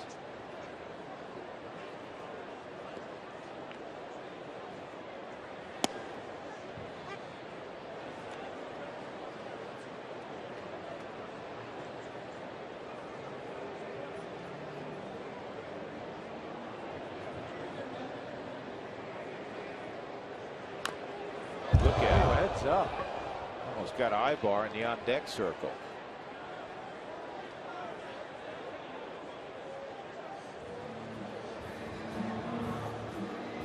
I'll move over more. I'm not going to stand by the quote on deck circle.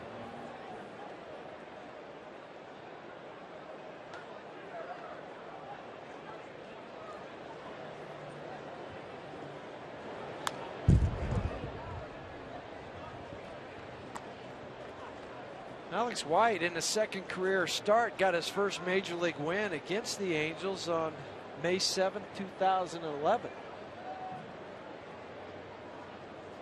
He's got some work to do tonight.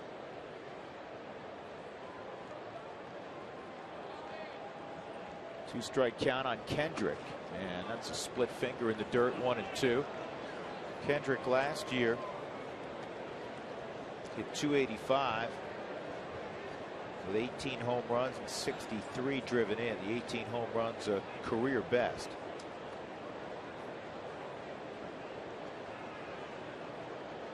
Career .292 hitter.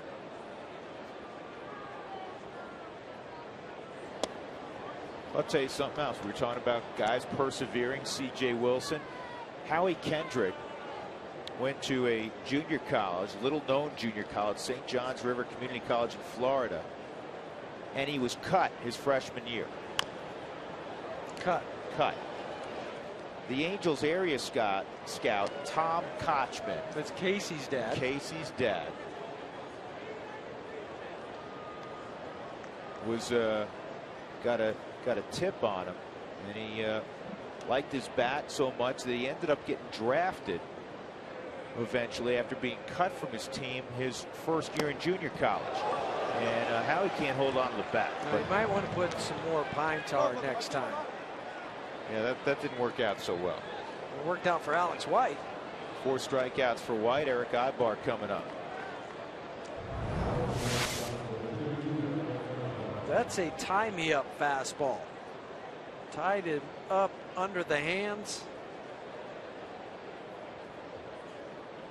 And then let go of the bat. You don't see it let go behind you. Yeah, that's a little more unusual.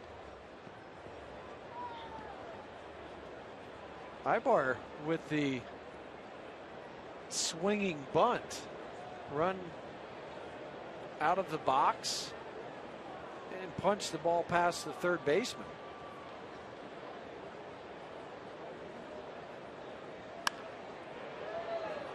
And that's fouled by about 7-8 feet.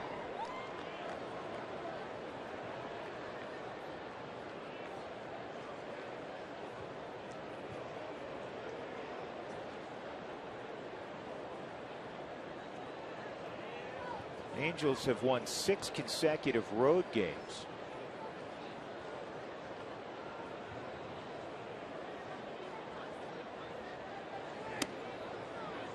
On paper, they have one of the best pitching staffs in the American League, and they've held up their end of the bargain.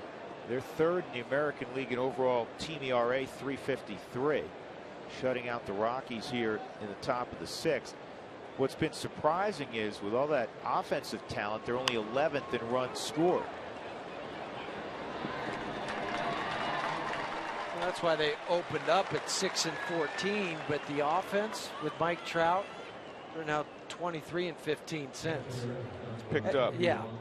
Hey, Hitting the Road, you can subscribe to MLB.tv to see every Rockies out-of-market game online and on your favorite devices in HD quality. Go to ColoradoRockies.com so you don't miss a game.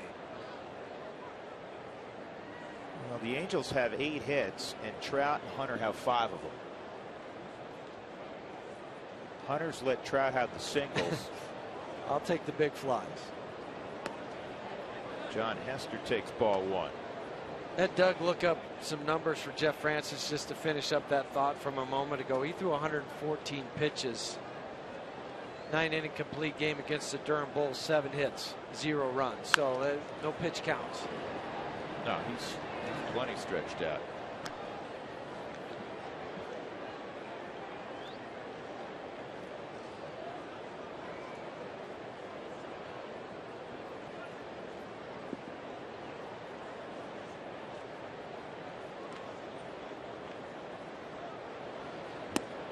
At the knees on Hester. Yeah, I'm looking at this ball game of White, and I remarked to you during the commercial break, it feels like he's pitching pretty well. He's made 2 mistakes that went a long way. Well, the first time with 2 outs, and then in the 5th, it was with no outs. But he's gotten 6 or 7 ground ball outs. He has 5 strikeouts. But it's the 2 long balls. John Hester's gone. They have to record the out at first. Rosario to help. 5 strikeouts for Alex White. Rockies have to get something going on offense.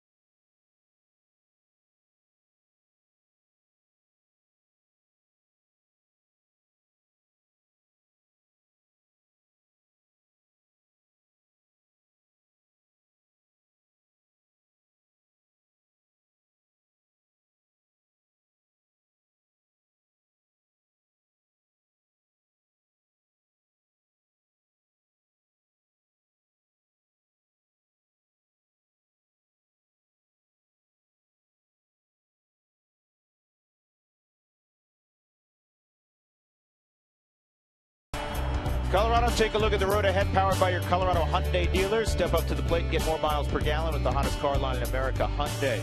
Tomorrow, the Angels were on the air at 1:30 with the pregame show here on Root Sports. Sunday afternoon, 12:30 begins the festivities. Monday is an off day. Tuesday, the Oakland A's of Bob Melvin are in town. This season, save responsibly when you shop at your Colorado Hyundai dealers. Check it out at coloradohyundai.com. DJ LeMahieu will lead it off for the Rockies in the bottom of the 6th inning. Now, that's a view we know well. He's in our seats, man. That's where we broadcast from the other day. Those were the nachos you had, too. I mean, no, I didn't get any of those. Frazier had them all. It's like dessert after dessert that night.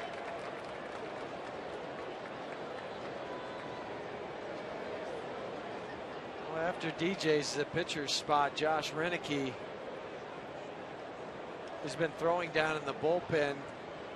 Wouldn't be surprised if we see Eric Young Jr. or Chris Nelson.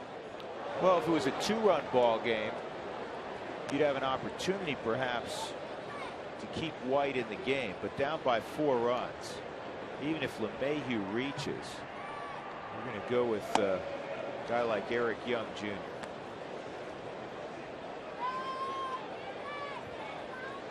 He's been the first pinch hitter off the bench most of this season, and there's Junior now. He did it twice down in Arizona. He was the first guy off. Actually, all 3 games in Arizona.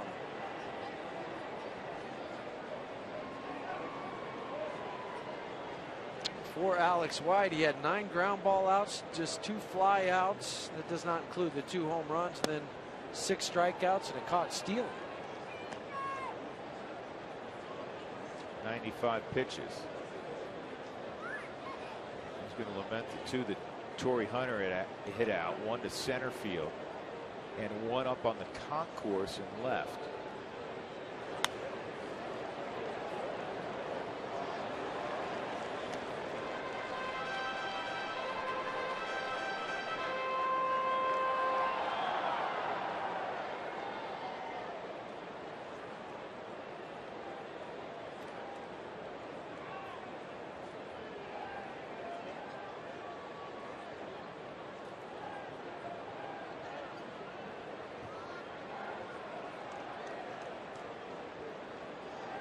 By the way, we mentioned Kevin Kuzminoff about an inning ago. He's with the Omaha Royals, LeMahieu guy, hitting .261 this year.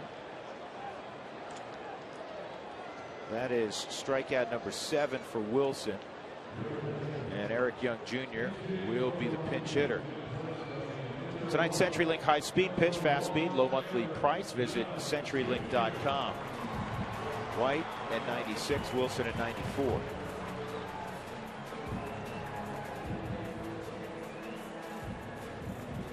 Rockies have 2 hits.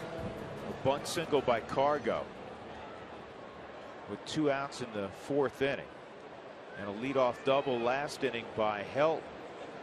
He tried to advance on a fly ball by Jordan Pacheco to right. Torrey Hunter threw him out.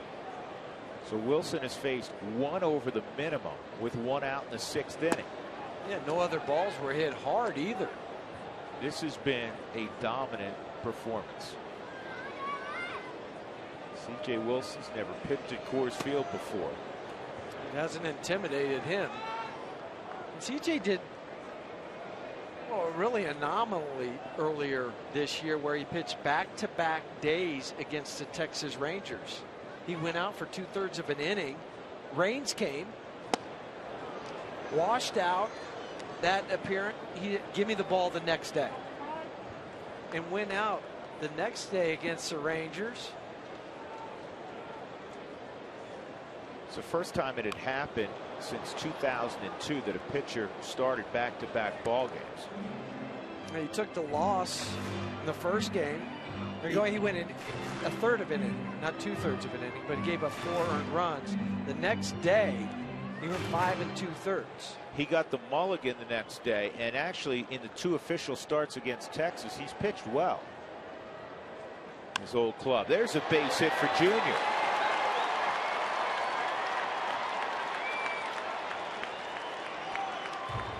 Make it 5 for 23 on the season for Eric Young Jr. as a pinch hitter.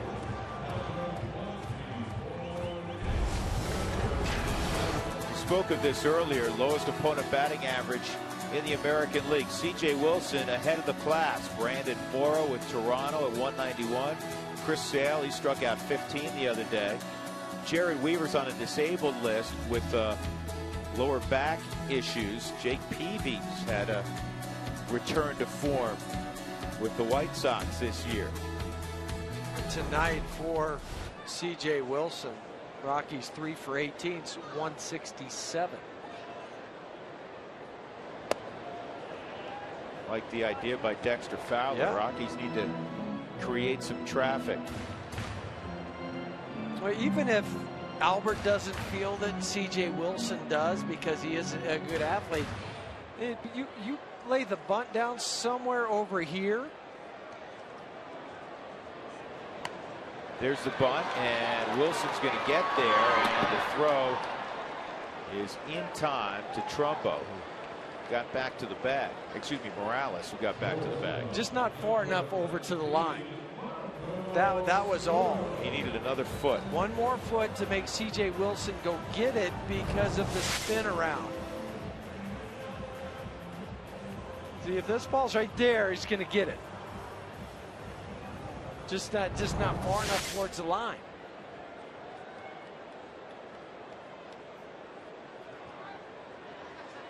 Clearly, he's bunting for a hit there. Every once in a while, the official scorer will, in an act of kindness, give a guy a sacrifice. In my book, that's not the way it should be scored.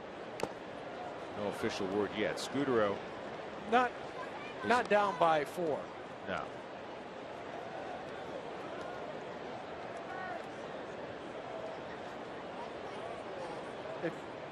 If you're down by 2, you might get it if there's nobody out. Not 1 out, though. You're not going to get it.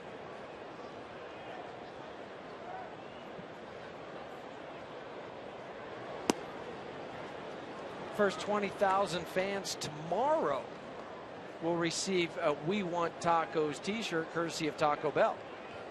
What did we just say that should be? The Fowler bunt. Yes. What should it be? It should be a 1-3. That's what I wrote down. They gave a sacrifice? Yeah. That's going to be a base hit left center field, and Ewy's going to score. Scudero a chance for 2. Here's the throw. Mark goes in there with a double.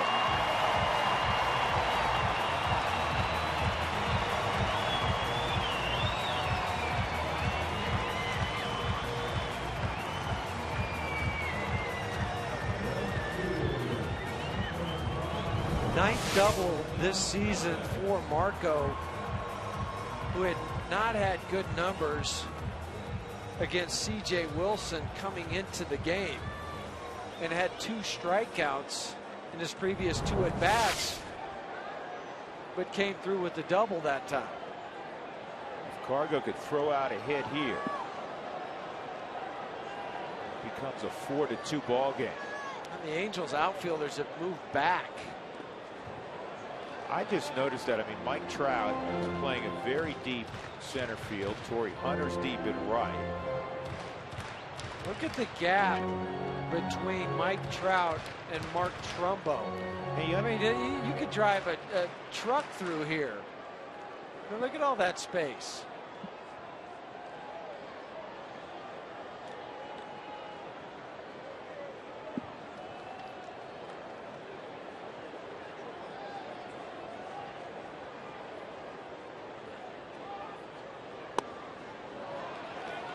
It's 2-0 on Gonzalez. Cargo second in the league in ribbies to Andre Ethier. If you had to vote for an MVP right now in the National League, you know who'd probably win it? Cargo'd get votes, but because of the team record, Carlos Beltran probably win. Your old June 8th MVP. Yeah. Cargo lifts this down the left field line, and it is a foul ball. And also what he's had to do for the Cardinals with Albert Pujols leaving, Lance Berkman getting hurt, carrying a lot of that offense. He's carried a ton of it. Matt Holliday's had an okay season so far. Albert has struggled in his first season in an Angels uniform.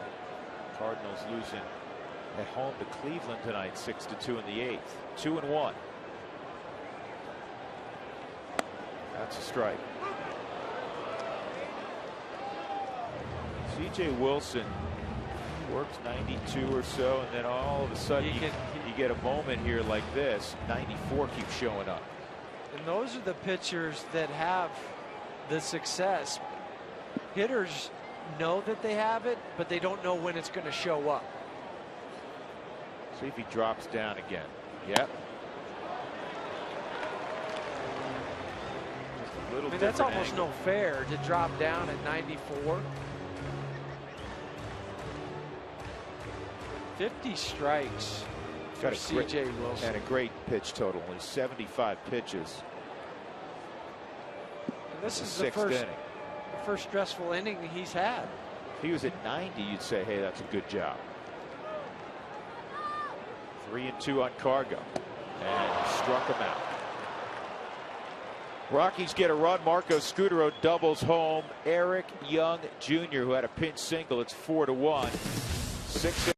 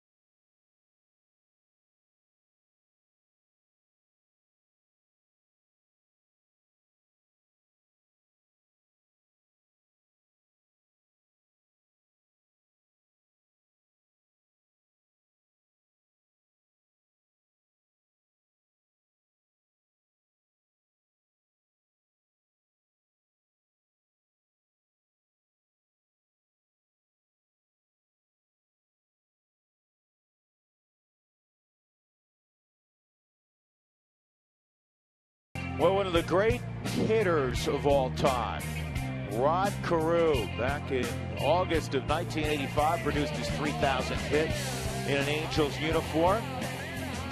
He was the hero of Jerry Helton, Todd Helton's father. And he was your hitting coach for a while, wasn't he? Yeah, when I was with the Angels a whole year, hitting coach. And he had a unique way of talking about hitting from more of a singles, doubles type hitter. I'm not sure it translated to the power guys, but just the bat path through the zone. It was fun to talk to him about hitting. 26th game now for Josh Renicky. First pitch, 1 out.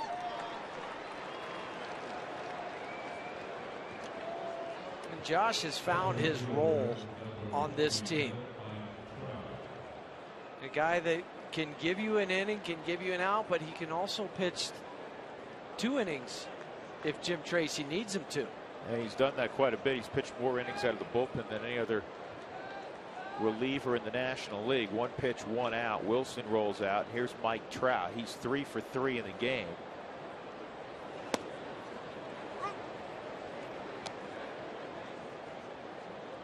Mike brought a .329 average into the game. Rookie of the month in the American League in May.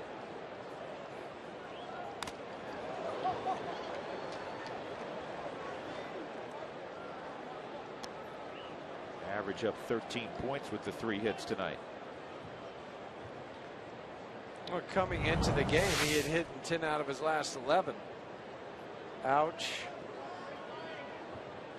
It looks even worse on it's bad in regular speed, but on the Mike Shaw Subaru Supermo, looks like it hurts even more. Yeah, we show those a lot. 95% of the time the catcher's fine. But then you always think of Mike Matheny. Yeah, the manager of the Cardinals had to retire because of the concussion issues. 2-2 on Trout. Mike has the Cardinals, not including tonight's game, but 2 games over 500, 30-28. Mentioned Trout was hitting 342. That's what he hit in his minor league career. I don't know if he's ever going to see the minor leagues again. Rehab, maybe, if he gets injured.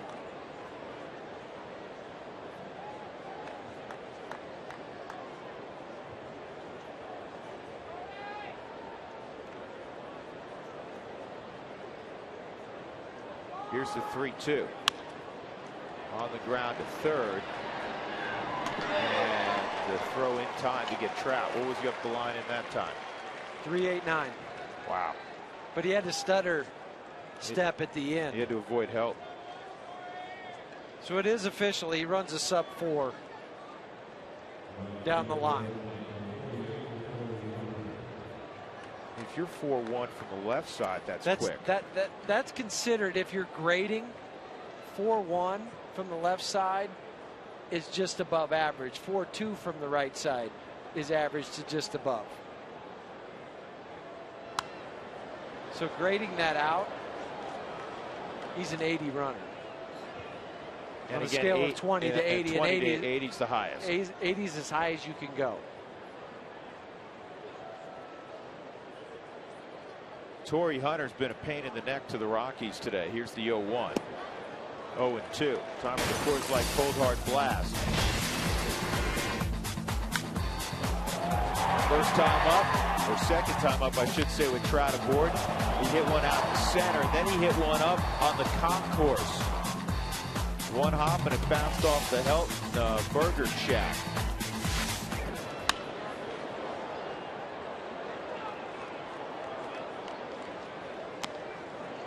Hunter's had a big career. He's driven in over 1,000. He has scored over 1,000. He's won Gold Gloves. He's been an All-Star. One of the 2 times, or actually 3 times now with this visit, that he's been to Denver. A couple years ago, he was in town getting the Branch Rickey Award for his community work. 2009. Humanitarian work. He's one of the top all-around guys in baseball. Not only players, but people in the game. He will become a free agent at the end of this year.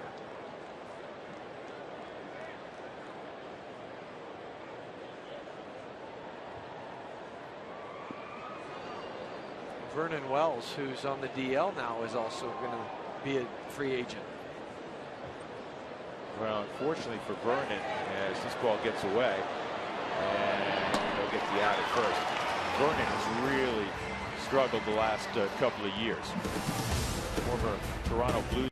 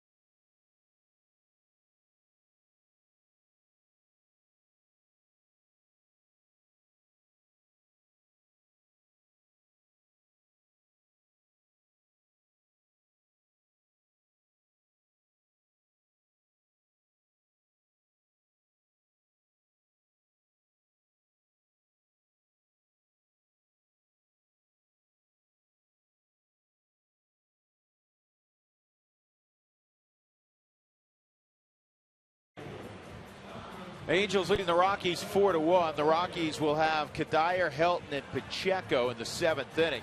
Tune in after the Rockies ball game tomorrow afternoon for Rockies All Access. The Eye of Kadire. We'll take a look through the camera lens with Rockies outfielder and talented photographer Michael Kadire as he adds to his already impressive ballpark photography portfolio.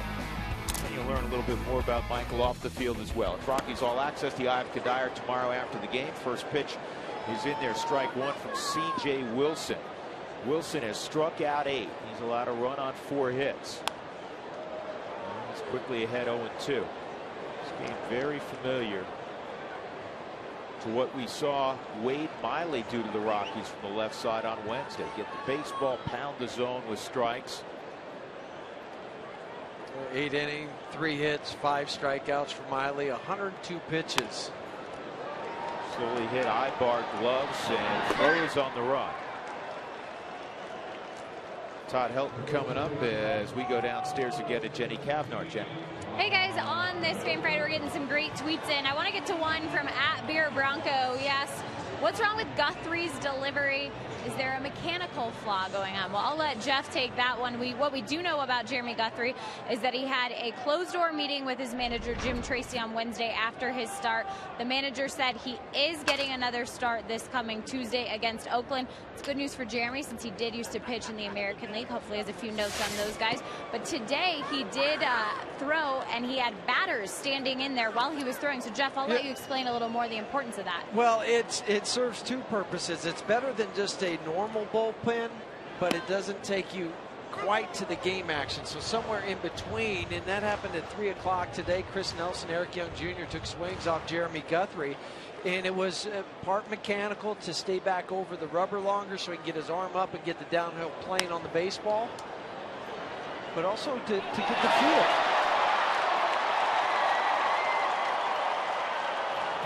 Howie Kendrick misses a ball that he's going to field 99% of the time. It's his 4th error. This is about as bad an error as you can have because it's an easy hop. It wasn't a tricky hop. It just clanked off the heel of his glove. The Angels are 8th in the American League with a .984 fielding percentage. So Helton's on with 1 out in front of Jordan Pacheco. Pacheco's hit 19 of his last 21.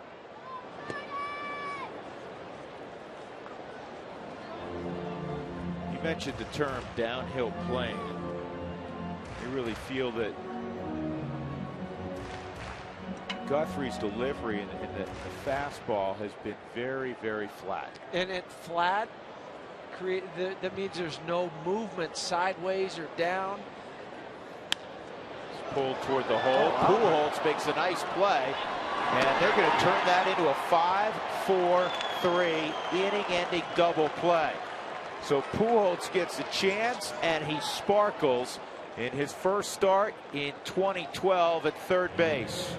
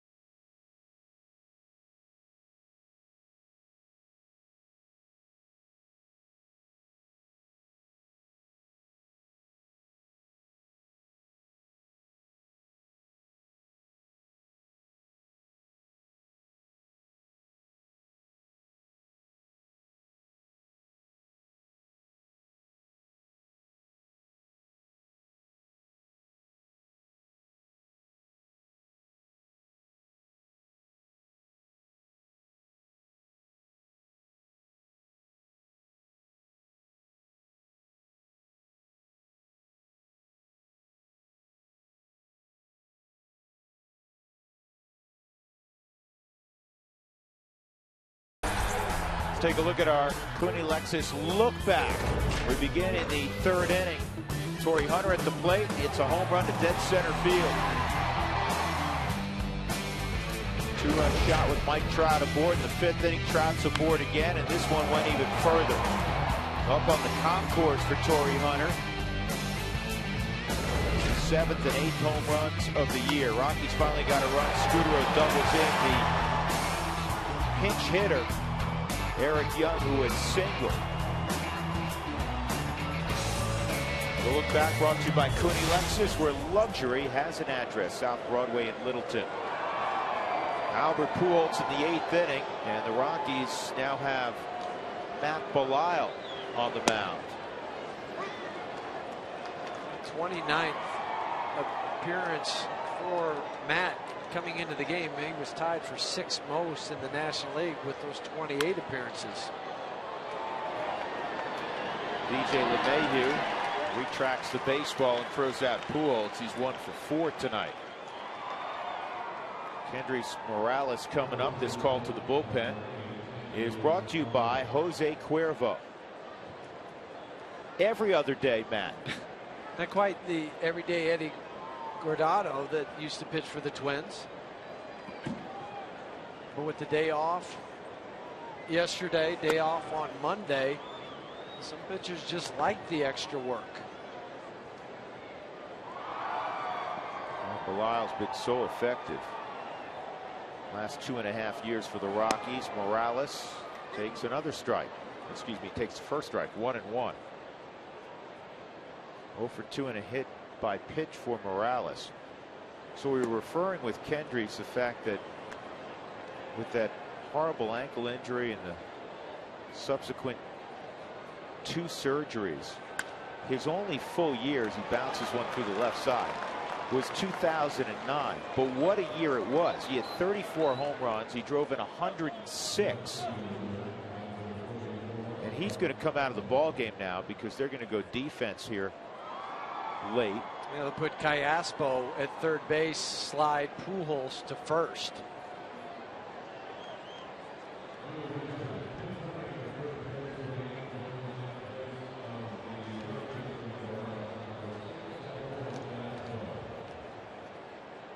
So Callaspo at first.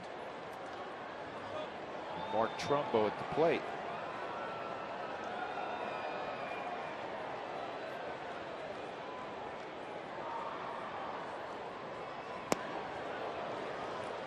Trumbo's 0 for 3, swings and misses. Trumbo taken in the 18th round out of high school.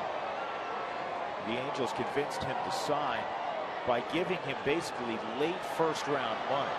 And that's what's changed in the new collective bargaining agreement and the way the draft is handled now. You're not going to be able to do that with players. If you want to draft them early and pay him, that's fine. Not in the 18th and pay him top money.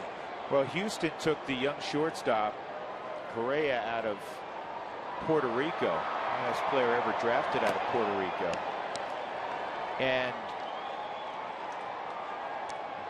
that slot, the money slotted there was 7.2, I believe, and they signed him for just under $5 million. Yeah, 4.4, 4.6.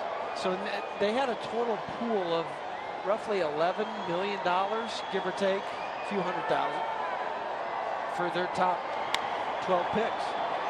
This could be 2. There's 1, and there's 2. Rockies turn a double play. Trumbo bounces into the 6-4-3. Move on to the bottom of the 8th inning. It's getting late. 4-1 Angels.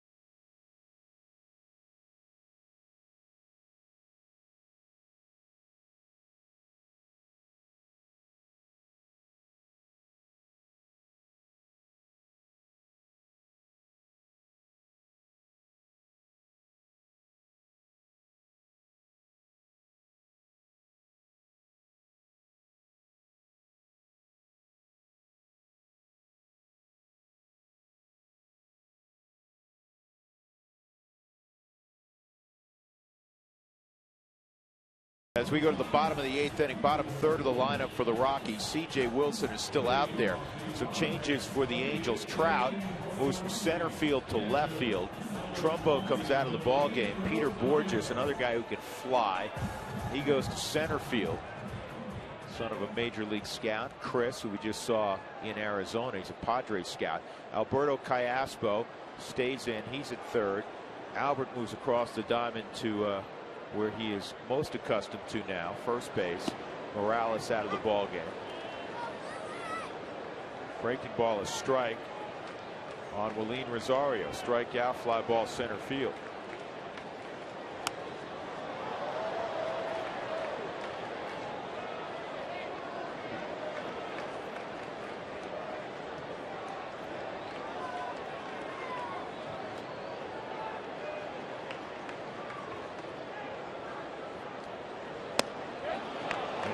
Three-pitch strikeout of Willeen Rosario. That's the second time he has struck out on 3 pitches in the game. 9 punch-outs for Wilson. What a roll he's on. He's given up 2 earned runs in his last 27 1/3 innings. Yeah, he won at Oakland, going 8 innings. Won it at Seattle, 6 innings, just 1 earned run. Hunter is going to come on and make the catch. And then Texas against Yu Darvish. Right. 0 earned runs. This is how athletic the Angels are. You have Trout, who's been boasting about his speed. He's now in left field. You have Borges, who can fly in center field. And Torrey Hunter has 9 gold gloves, all as a center fielder. He's now in right field. That's what happens when you get late into the game. You can make those changes to get more defense.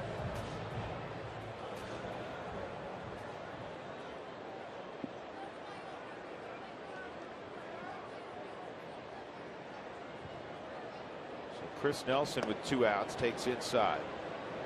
You mentioned about Peter Borges' dad, Chris, who we saw. This is him right there. He's scouting, but also catching it. His son plays center field for the Angels.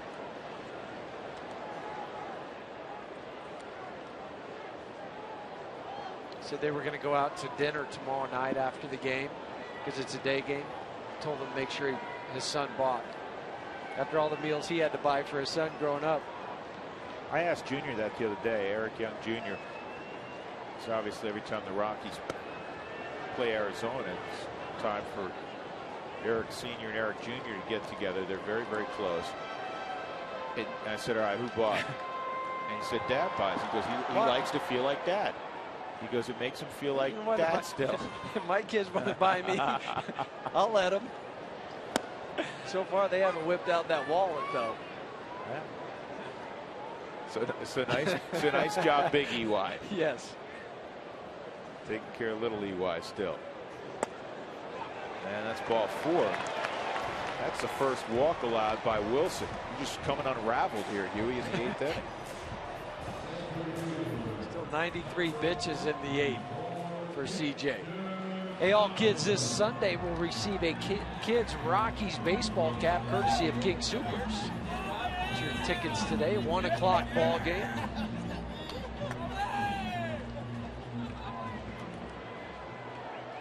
Dexter tonight, ground ball to second, caught looking, and he was credited with a sacrifice. He was trying to bunt for a hit in the 6th inning.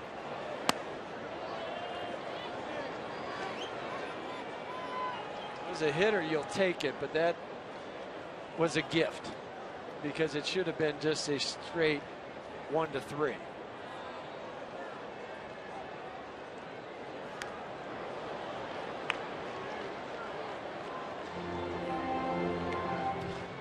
Ball and a strike on Fowler. Dexter hitting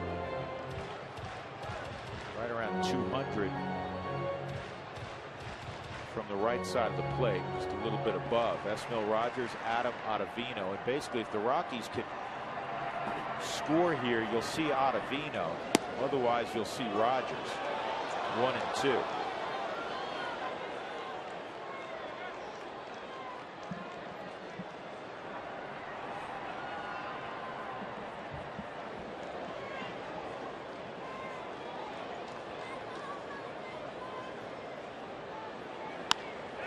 Dexter hits it in the air to left. That'll drop in front of Trout. So now the Rockies get the tying run to the plate in Scudero. And do you play the Giambi card here if you're, even though it's left on left, you think one swing of the bat? Well, Jason's 0 for 5 in his career against C.J. Wilson, but you still want to see what you could have. But Dexter Fowler really had to collapse the hands and the body to pull those hands and the barrel in for that cut fastball. Giambi stays on the bench. Scudero had an RBI double in the 6th inning.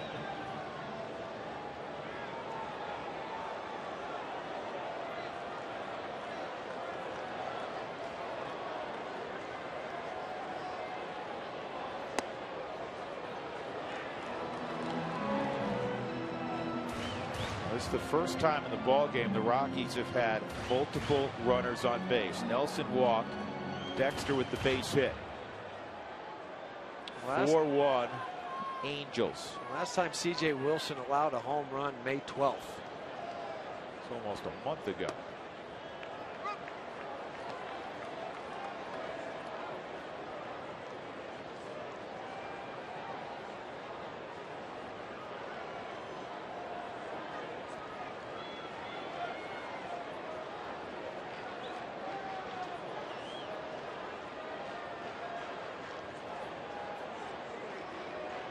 Angels have Scott Downs, another left-hander, getting loose.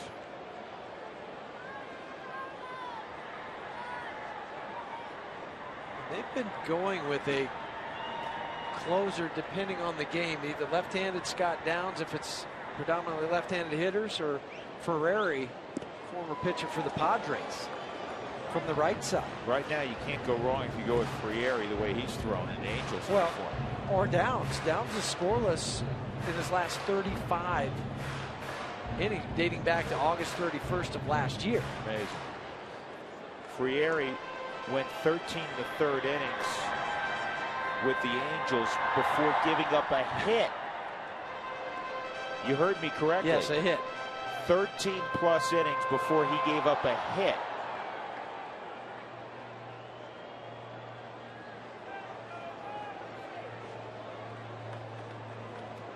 And in the process, he struck out 30. That's Aroldis Chapman territory.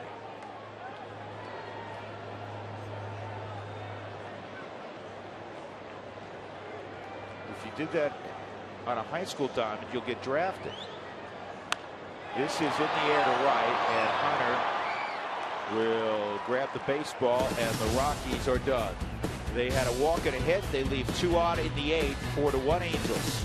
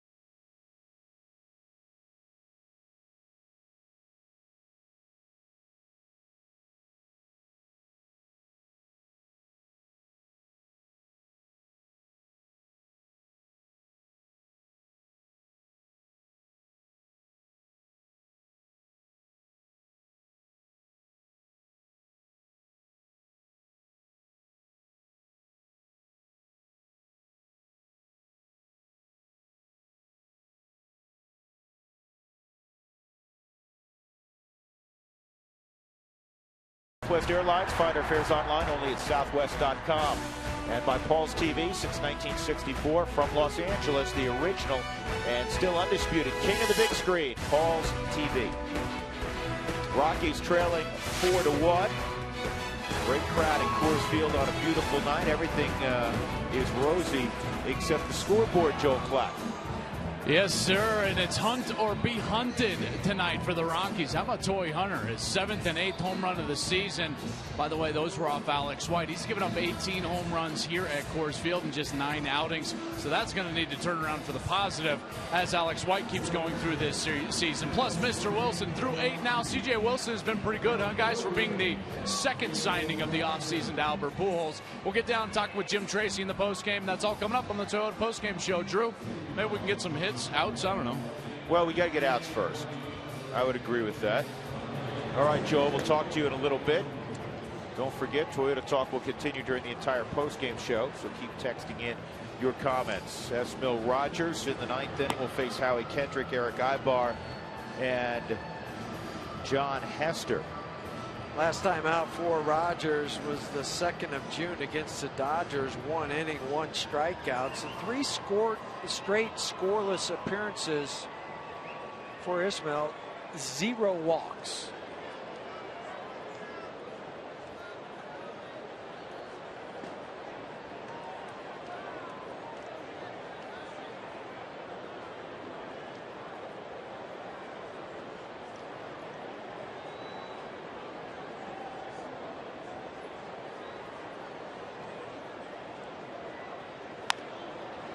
Kendrick bounces one to DJ LeMahieu, 1 out. And that'll bring up Eric Ibar. Now C.J. Wilson, with that look, appears like he is going to go out for the 9th inning. Sports Illustrated ran a poll, I believe it was Sports Illustrated, of players in the big leagues. And C.J. Wilson was voted. It wasn't like he got 50 or 60%. It was, somewhere around 13-14%, but was voted as the most overrated pitcher. And sometimes that comes with hype, and he signed a big deal in the offseason. C.J. Wilson, if you ask the Rockies right now, not overrated. Well, since becoming a full-time starter in 2010. Ouch, did that get him? Yeah.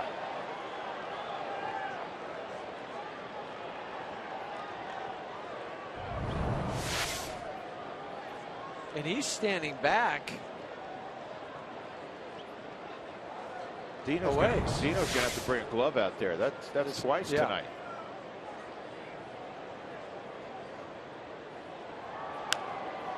Just to finish my thought on C.J. Wilson, coming into the season since 2010, he was 31-15, 6 complete games and 67 starts, a 3.14 ERA. I'm not sure how that could be overrated. Pretty good stuff.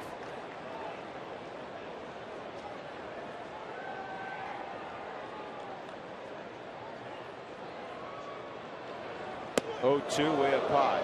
We said that Dino needed a glove, right? C.J. Wilson willing to help out.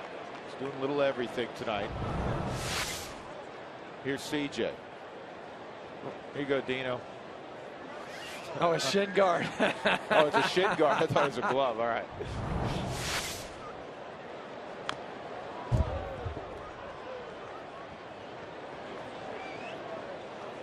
Heck, if you're going to throw him that, just send all the catcher's gear out there.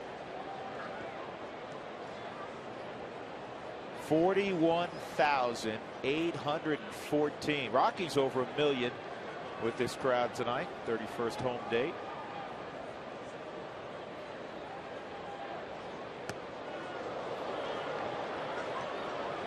Miles an hour. Will rise quickly, but that was about 9 feet high.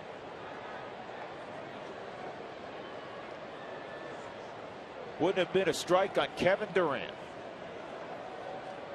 Led the Oklahoma City Thunders into the NBA Finals. They're just waiting to find out if it'll be the Heat or the Celtics. This is popped up and playable. LeMahieu and Scudero. Marco Scudero, 2 outs. Stylists will be at Coors Field June 12th, providing haircuts and collecting donations for the Colorado Rockies Baseball Club Foundation, presented by Great Clips. So don't get your haircut this weekend, Drew. Wait till Tuesday. Tuesday, I get it done by Great Clips. Great Clips. Great Clips. Great place to go to get your hair cut. Doesn't take long now, Huey.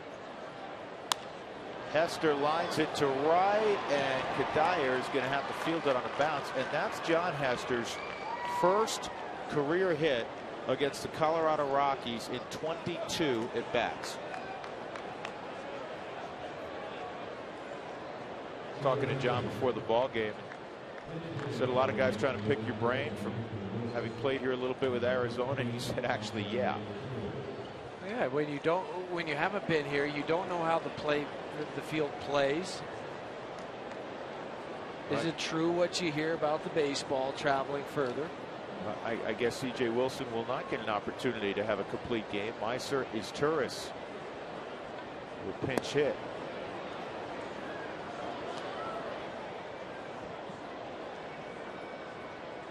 That is a pretty good pitching staff. C.J. Wilson, Jared Weaver when he gets healthy again, Dan Herron, Irvin Santana. Tonight for Wilson, 8 innings, just 1 earned run, 1 walk, 9 strikeouts.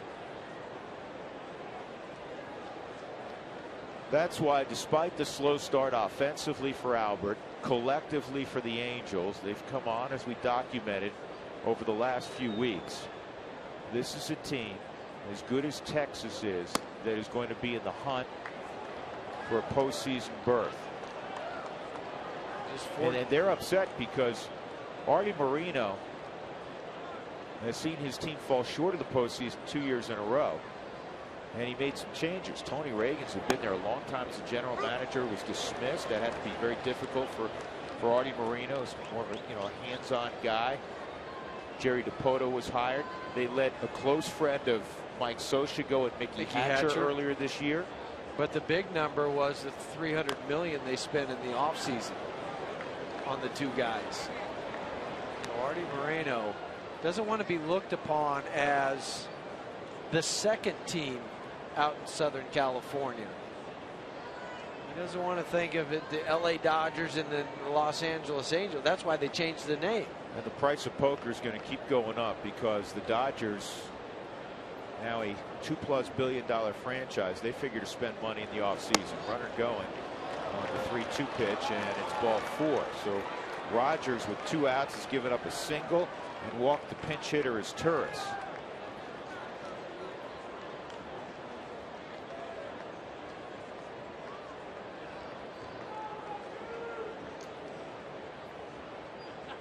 Mike Trout, who's 3 for 4 coming up.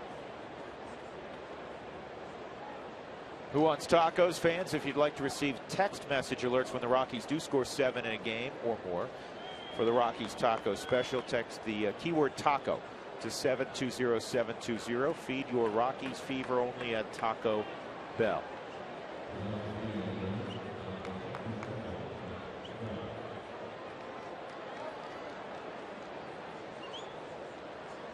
Plenty of interleague baseball. Yankees beat up the Mets tonight 9-1. Johan Santana roughed up, and you know what everyone's going to say now. Did he throw too many pitches in the no-hitter? Probably a little unfair for Terry Collins. Here's Mike Trout, and he takes ball 1. Santana's line in the ball game: 5 innings, gave up 6 runs on 7 hits, struck out 5, walked 1. Hiroki Kuroda, 7 innings, no runs, 1 hit. Oh, look out. That guy, I believe it got the bat. That's what it sounded like, the bat, and evidently it hit Trout. He's walking first. Was it a Get thumb? the hand. It got part of the bat and part of the hand. Trout's taking off the batting glove. Well, that was scary.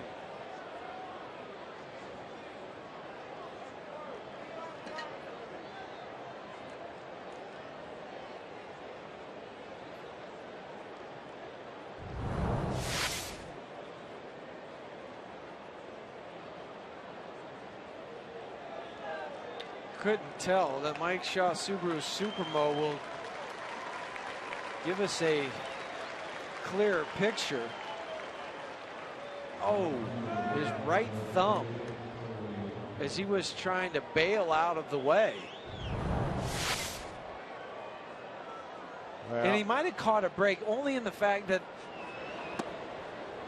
the thumb was not pressed up against the bat. It had come loose, so it hit it and bounced off of it more than smashing it.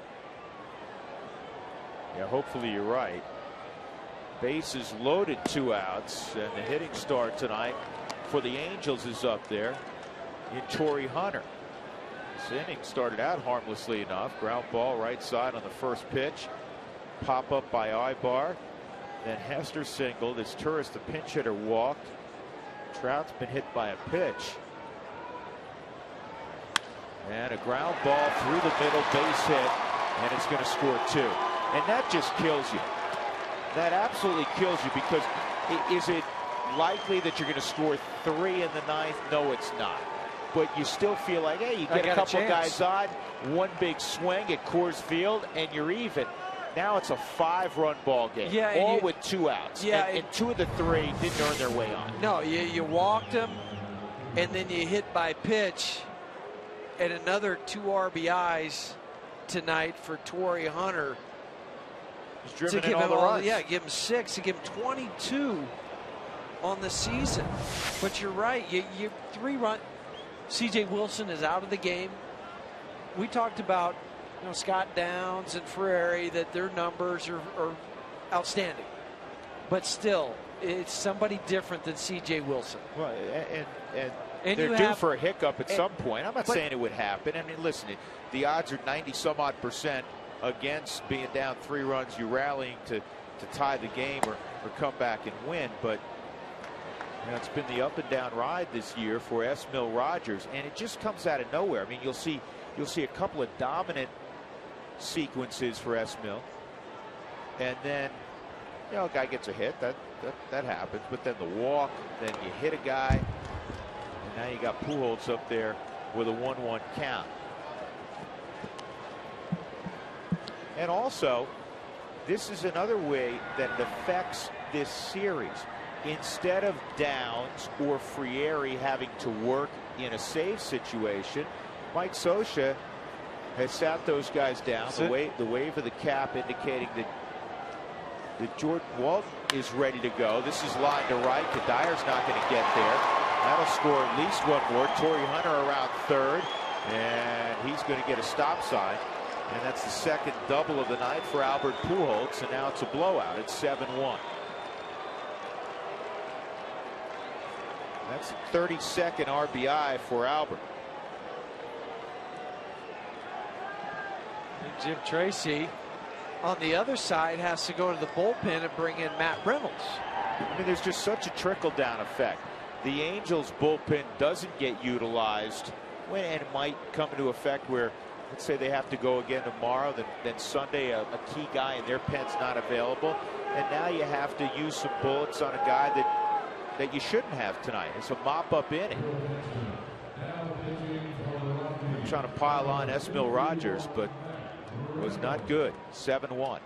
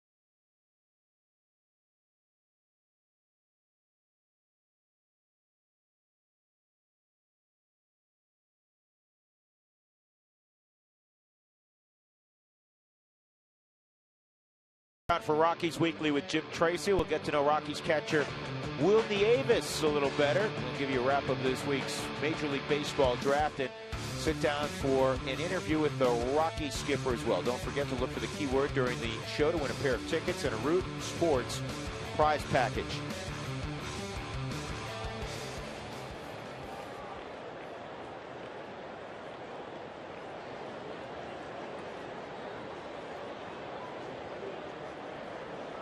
Alberto Callaspo at the plate against Matt Reynolds, and he takes a strike. Torrey Hunter has driven in 6 tonight. He has driven in 7 in a game in his career on 2 occasions.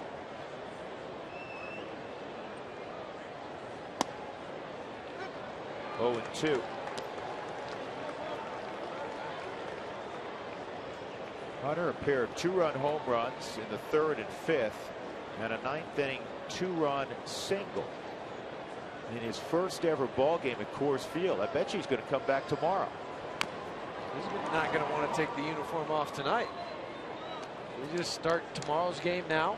Make like he's 6 years old and sleep in them like they're PJs.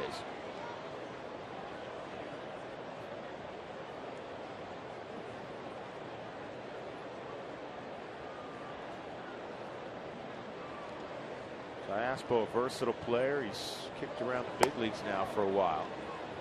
1 and 2. Saw him with Arizona and Washington in the past.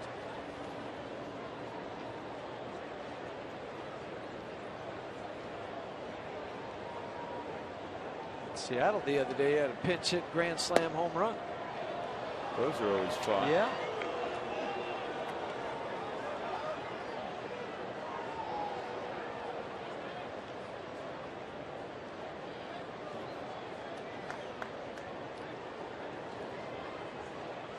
I say Washington.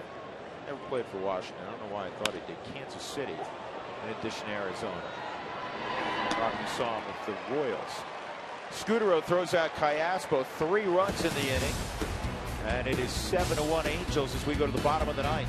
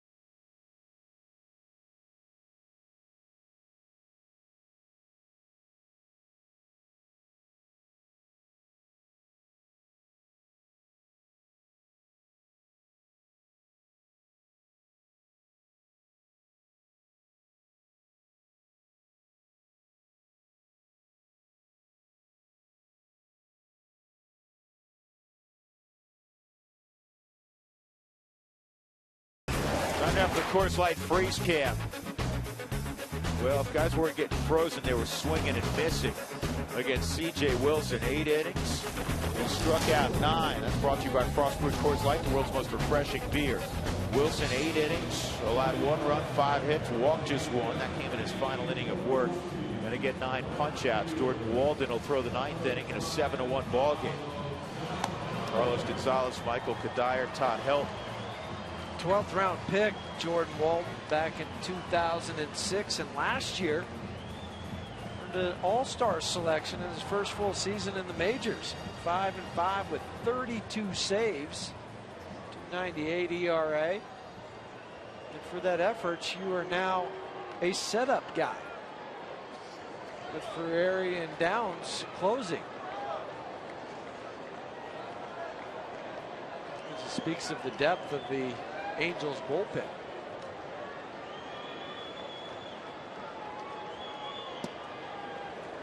I think this is an important at bat for Cargo. His timing's been slightly off the last 4 or 5 days. If the bunt hit earlier in the ball game, but something maybe you can carry into tomorrow afternoon. Yeah, in Arizona, he was too quick with the leg coming up and setting it back down. In batting practice, it's smooth. It comes up, it goes down, and then you hit. And when hitters start to get into a bad place offensively, they speed everything up. See that? That's it. The knee's coming up, it's going down, and a hard swing.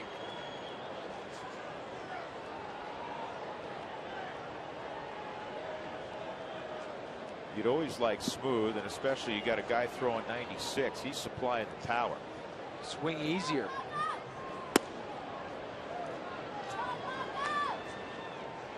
Two and two on Cargo.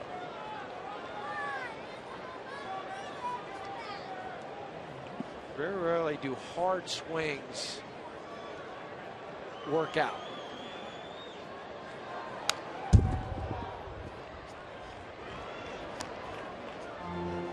They look pretty. Yeah.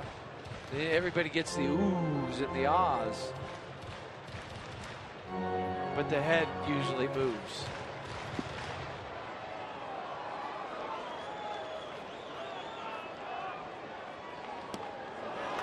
Change speeds. Gonzalez, a strikeout victim for the 3rd time in the game. 1 out in the 9th.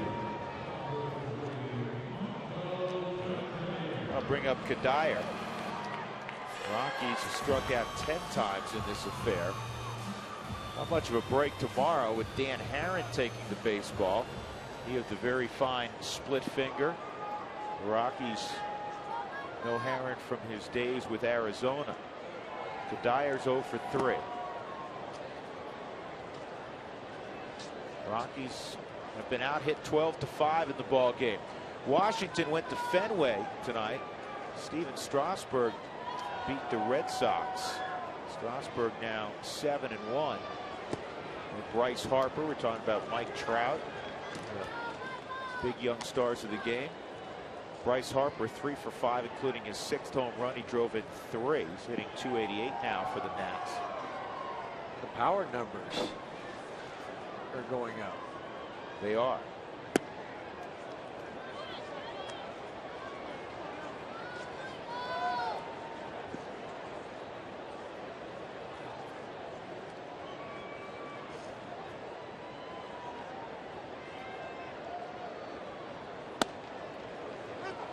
Called a strike.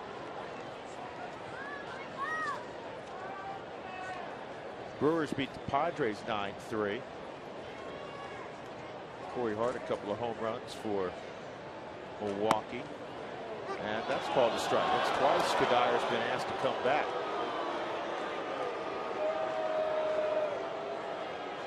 Maybe not on the 4th pitch, but the 5th one caught the 4th strike zone.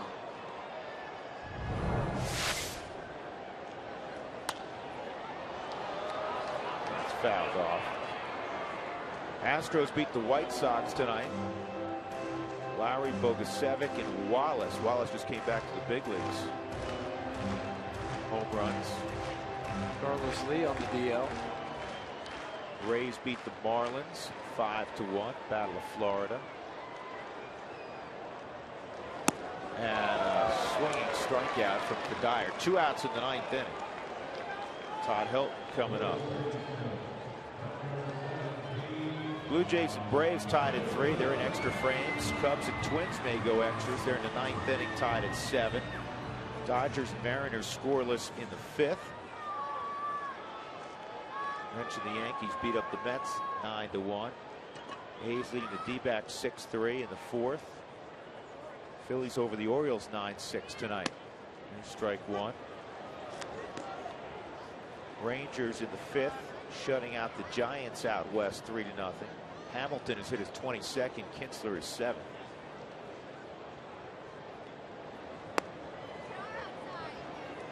Pirates beat the Royals 4-2. Pirates 3 games over 500.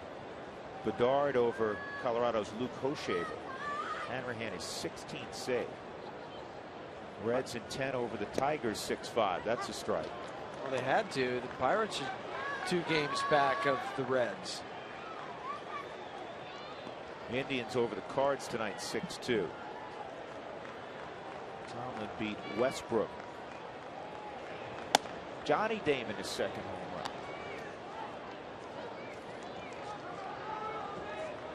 run. 2-2 on Helton. 7-1 Los Angeles. And smashed in the right field, a base hit. So Todd has his second hit of the night.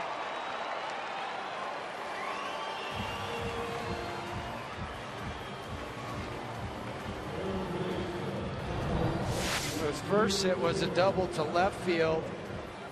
Gets on top of the high fastball. Past a diving Howie Kendrick.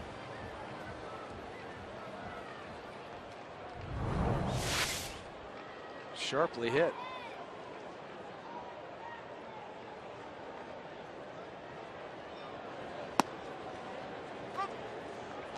Strike one on Jordan Pacheco.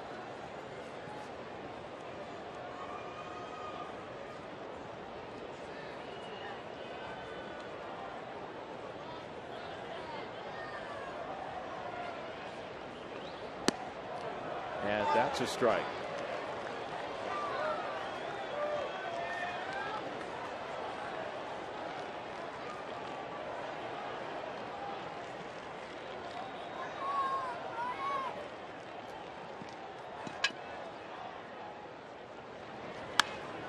This ball's driven pretty well right center field, and laying out is Hunter. He can't get it. And Helton's going to be waved home. Pacheco is going to have a triple, no throw. So it's 7-2.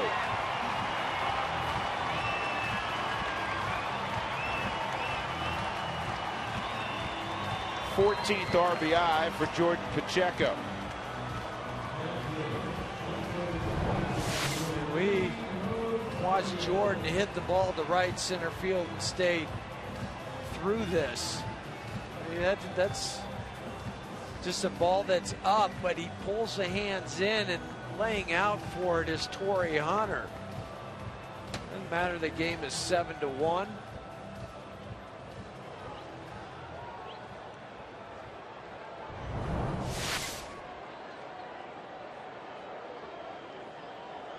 He got the wind knocked out of him. He's saying, I'm okay. That was a full-out dive, trying to catch that baseball. Willian Rosario at the plate. There's a lot of guys who wouldn't dive in that situation. Up 6 runs, 2 outs in the 9th inning. Not at all. Plus, I've got 30-something guys. Yeah, and I've got 6 RBIs on the night. Peter Borges kicked off the wall, tried to get it. Somebody picked it up, right? Yeah. But he got up and threw the ball in. He didn't just lay on the ground. 1-0 to Willeen. And here's a pop-up to shallow left field. Look out. Really a collision between Trout and Ibar. That is the ball game. The Angels dominate on both sides, and they win it comfortably 7-2.